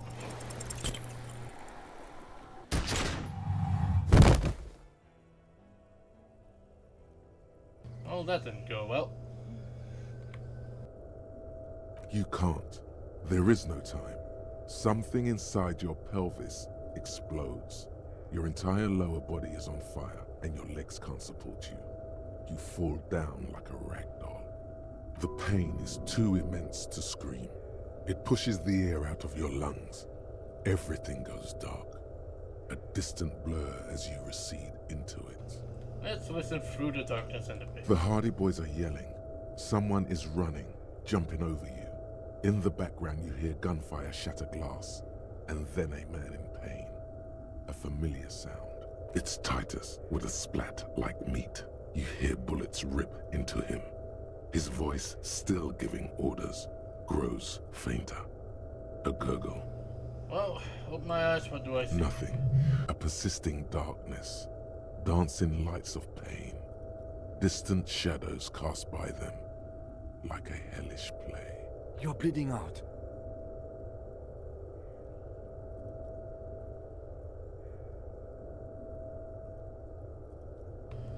Of course. I get gunned down and die. Sorry, fuck. Yes, keep talking. Stay awake. Look at me. But you can't. It's so hard. Your eyelids grow heavy, and the sounds ever more distant. And a cold comes over you.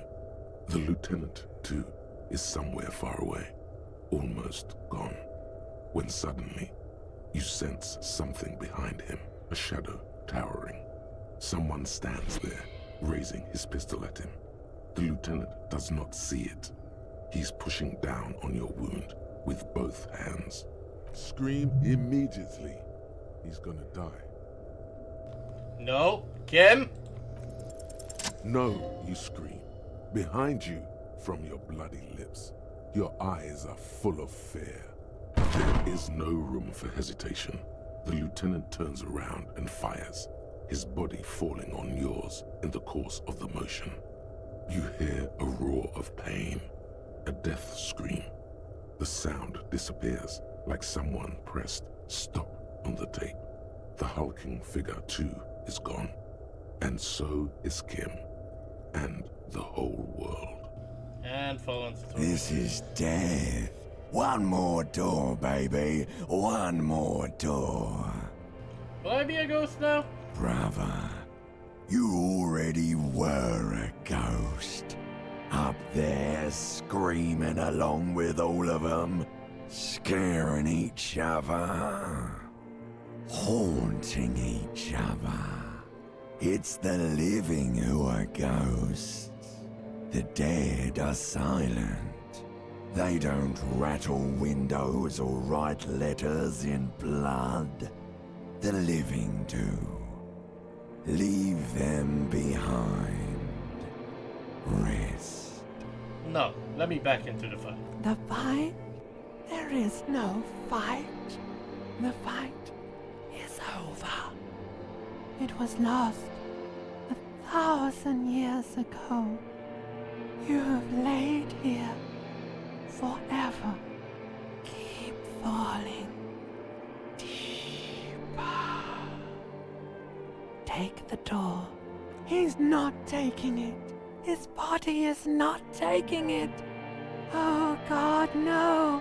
He's not disintegrating. He's swelling up instead. Over the hours, hurting, moaning in his sleep, and rotting, and being disinfected, and smelling of drugs, and feeling saliva in his mouth, drifting in painkillers, thrashing in his wound sleep.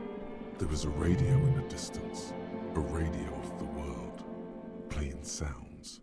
Good morning, Elysium. Soon you will return to the world. Hours turn to days. Soon we will get up again and go through it again. Finally we know what the infernal engine was outside. The clarion call. The engine of a Caprice Kinema. No, it was him. He is the infernal engine. Can't you see? He never stops. He only gets worse.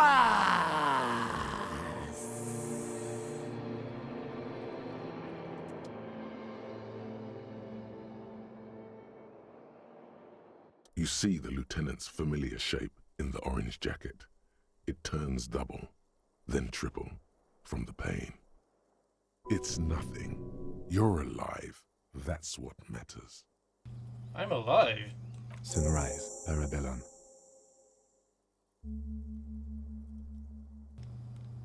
Ouch. It's not ouch time yet. You just got the Dramamine pill an hour ago. Wait until it wears off. Dramamine. Then it's not that bad. Neither surgical nor organ damage bad, but still under the counter bad. The room, it's clean. Mr. Gart cleaned it. It took him an entire day. How long have I been out? 2 days, in and out. You've been up enough to take Dramamine and curse. And drink water. What did you say? Sunrise? Sunrise Parabellum. Sunrise, prepare for war. It's an old revolutionary saying. Is it war today? The gates of the harbor are boarded up. The streets are a little more empty. Apocalyptic violence is yet to erupt, I am relieved to say. I think we may have held it off, for now. Barely. Good. Yes, we have also completely failed. But that's okay. What happened? What happened? We tried to take the diplomatic route and hoped they wouldn't attack first. They did. The major gave the command. What happened then? As retaliation, their rifleman tried shooting you. He missed, or you dodged. Then what? I shot and wounded him, while Glenn took a bullet in the spine. It was meant for me. He did not survive. Titus, Fat Angus, and Theo charged. Angus and Theo died before they made it to intensive care. Titus died in a hospital. Yesterday. Alain and the young musician, I forget his name, they are all that's left. Titus is dead? Yes. Mm-hmm. You were bleeding out by then. You warned me. I was able to disarm Cortana before he got the jump on me. I was not able to kill him, as I should have. Crenel took him. A stray bullet killed the Pole, though. And that's what happened. And the Major? He's in a private hospital across the river. Colonel claimed him from the local butcher shop where Titus died. Turns out he's insured. There is unveiled anger in his voice. We won't get to him anymore. The good news is he's not coming here either. I did some damage. How many casualties on the Union side? Total? 5. Glenn, Theo, Shanky, Angus. The fat one. He took a lot of bullets. And Titus. And that's... all. That's an absolute disaster. Yes, officer.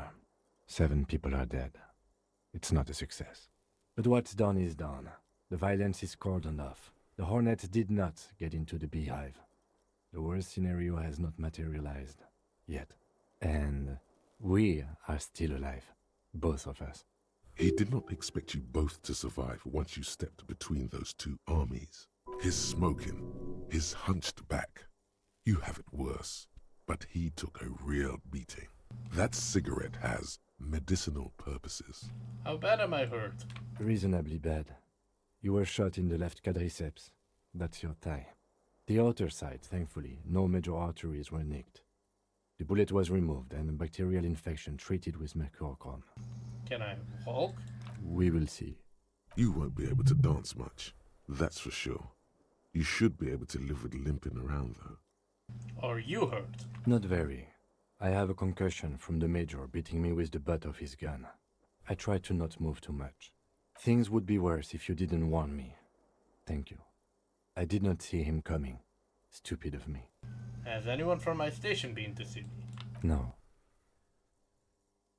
Really? I called your station after the fight. The injury was logged in. They told me they've sent officers to join you on the site. Odd. You haven't seen any, have you? I'm sure they're worried about you. That means he hasn't seen them around while you were out. They're not really worried about you. If they were, wouldn't they be here? I do not agitate myself further, it already Sorry. hurts. If not my station, then who treated me? I did. Thank you. No need. Okay. Well, that could have gone better. Easy now. You can take it. Just don't lean on that leg of yours too heavily. Your balance is way off. You feel like you're about to fall over on that thing. How are you?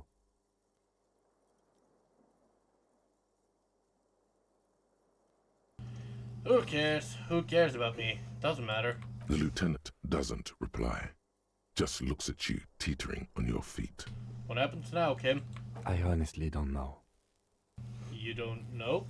We can't talk to Everard. The harbor is in lockdown. Everyone in there is outside our grasp now. And Joyce has left too. Joyce is gone? Yes, she left yesterday morning. To meet the board of Wild Pines. Oh, that is what I've heard. There's a pin somewhere in the machine that keeps Connell from sending in a death squad. Maybe it's her. Maybe she kept her hand. Either way, Ruby's gone. And Classio too.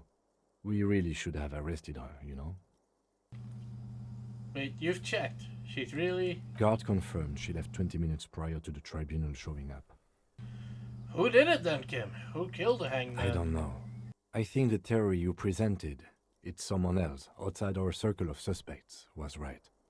It better be. Everyone within the circle is either dead or gone. Honestly, I think our investigation has not produced a single credible suspect. An antique bullet from a Belmagra 446 millimeter. How bad can it be to find one? How hard can it be? It's extremely easy. There are thousands lying around. We found one, all completely unusable. It's precisely how easy it is to find one that makes the bullet useless. Still a 28% possibility that the shot came from a distance. We should go upstairs, rethink the ballistics in situ. I agree with this. What else? Fucking Maybells, Kim, the flowers. What? This one, remember? Every piece of garbage in the city is not connected to the case. You don't have to keep everything. He's wrong. No, Kim, every piece of garbage in the city is connected to this. Okay. What about the hole in the wall? Someone was checking it out. I don't know. That's been there for years. There are all these old bunkers and weapon caches. Revolutionary era. We could find thousands more if we wanted. All of Revachol is full of them. You know what I think about solving crimes? He arches his brow. The ceiling fan patiently spins overhead. Solving crimes is hard. It really is very hard. That concussion must be making him dizzy. You're not ready to give up, are you? No. Are you ready to limp? I'm ready. Good. Where do you want to limp to? A gust of wind blows in from the bay. The duraluminum box around you vibrates imperceptibly. A familiar cold, a red thread on the roof upstairs. Taut, plucked like a string by the gust. We should check Clausius' room upstairs. Why not?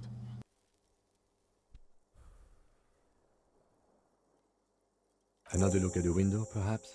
The one he was shot through. I don't know. I can't think of anything better. Well, that went poorly.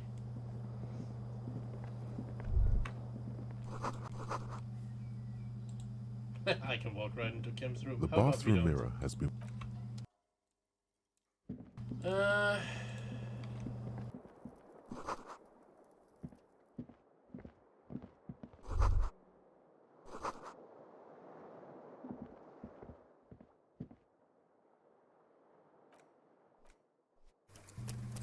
I think that's a good point to stop. Jesus Christ, that went poorly.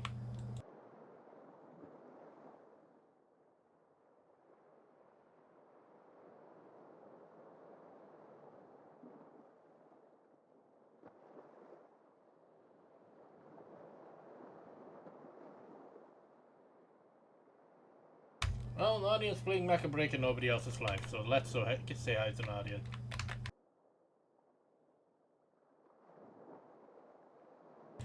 If you're a regular here, you know who Nadia is. If you don't, well, Nadia's a cool person. That's about the end of that. I would like to thank everyone who came and watched me today. I would like to thank Phelan for keeping me company today. Have fun with Nadia, have a good night, and as always, don't be a stranger, because that's my job. I'll see you next time.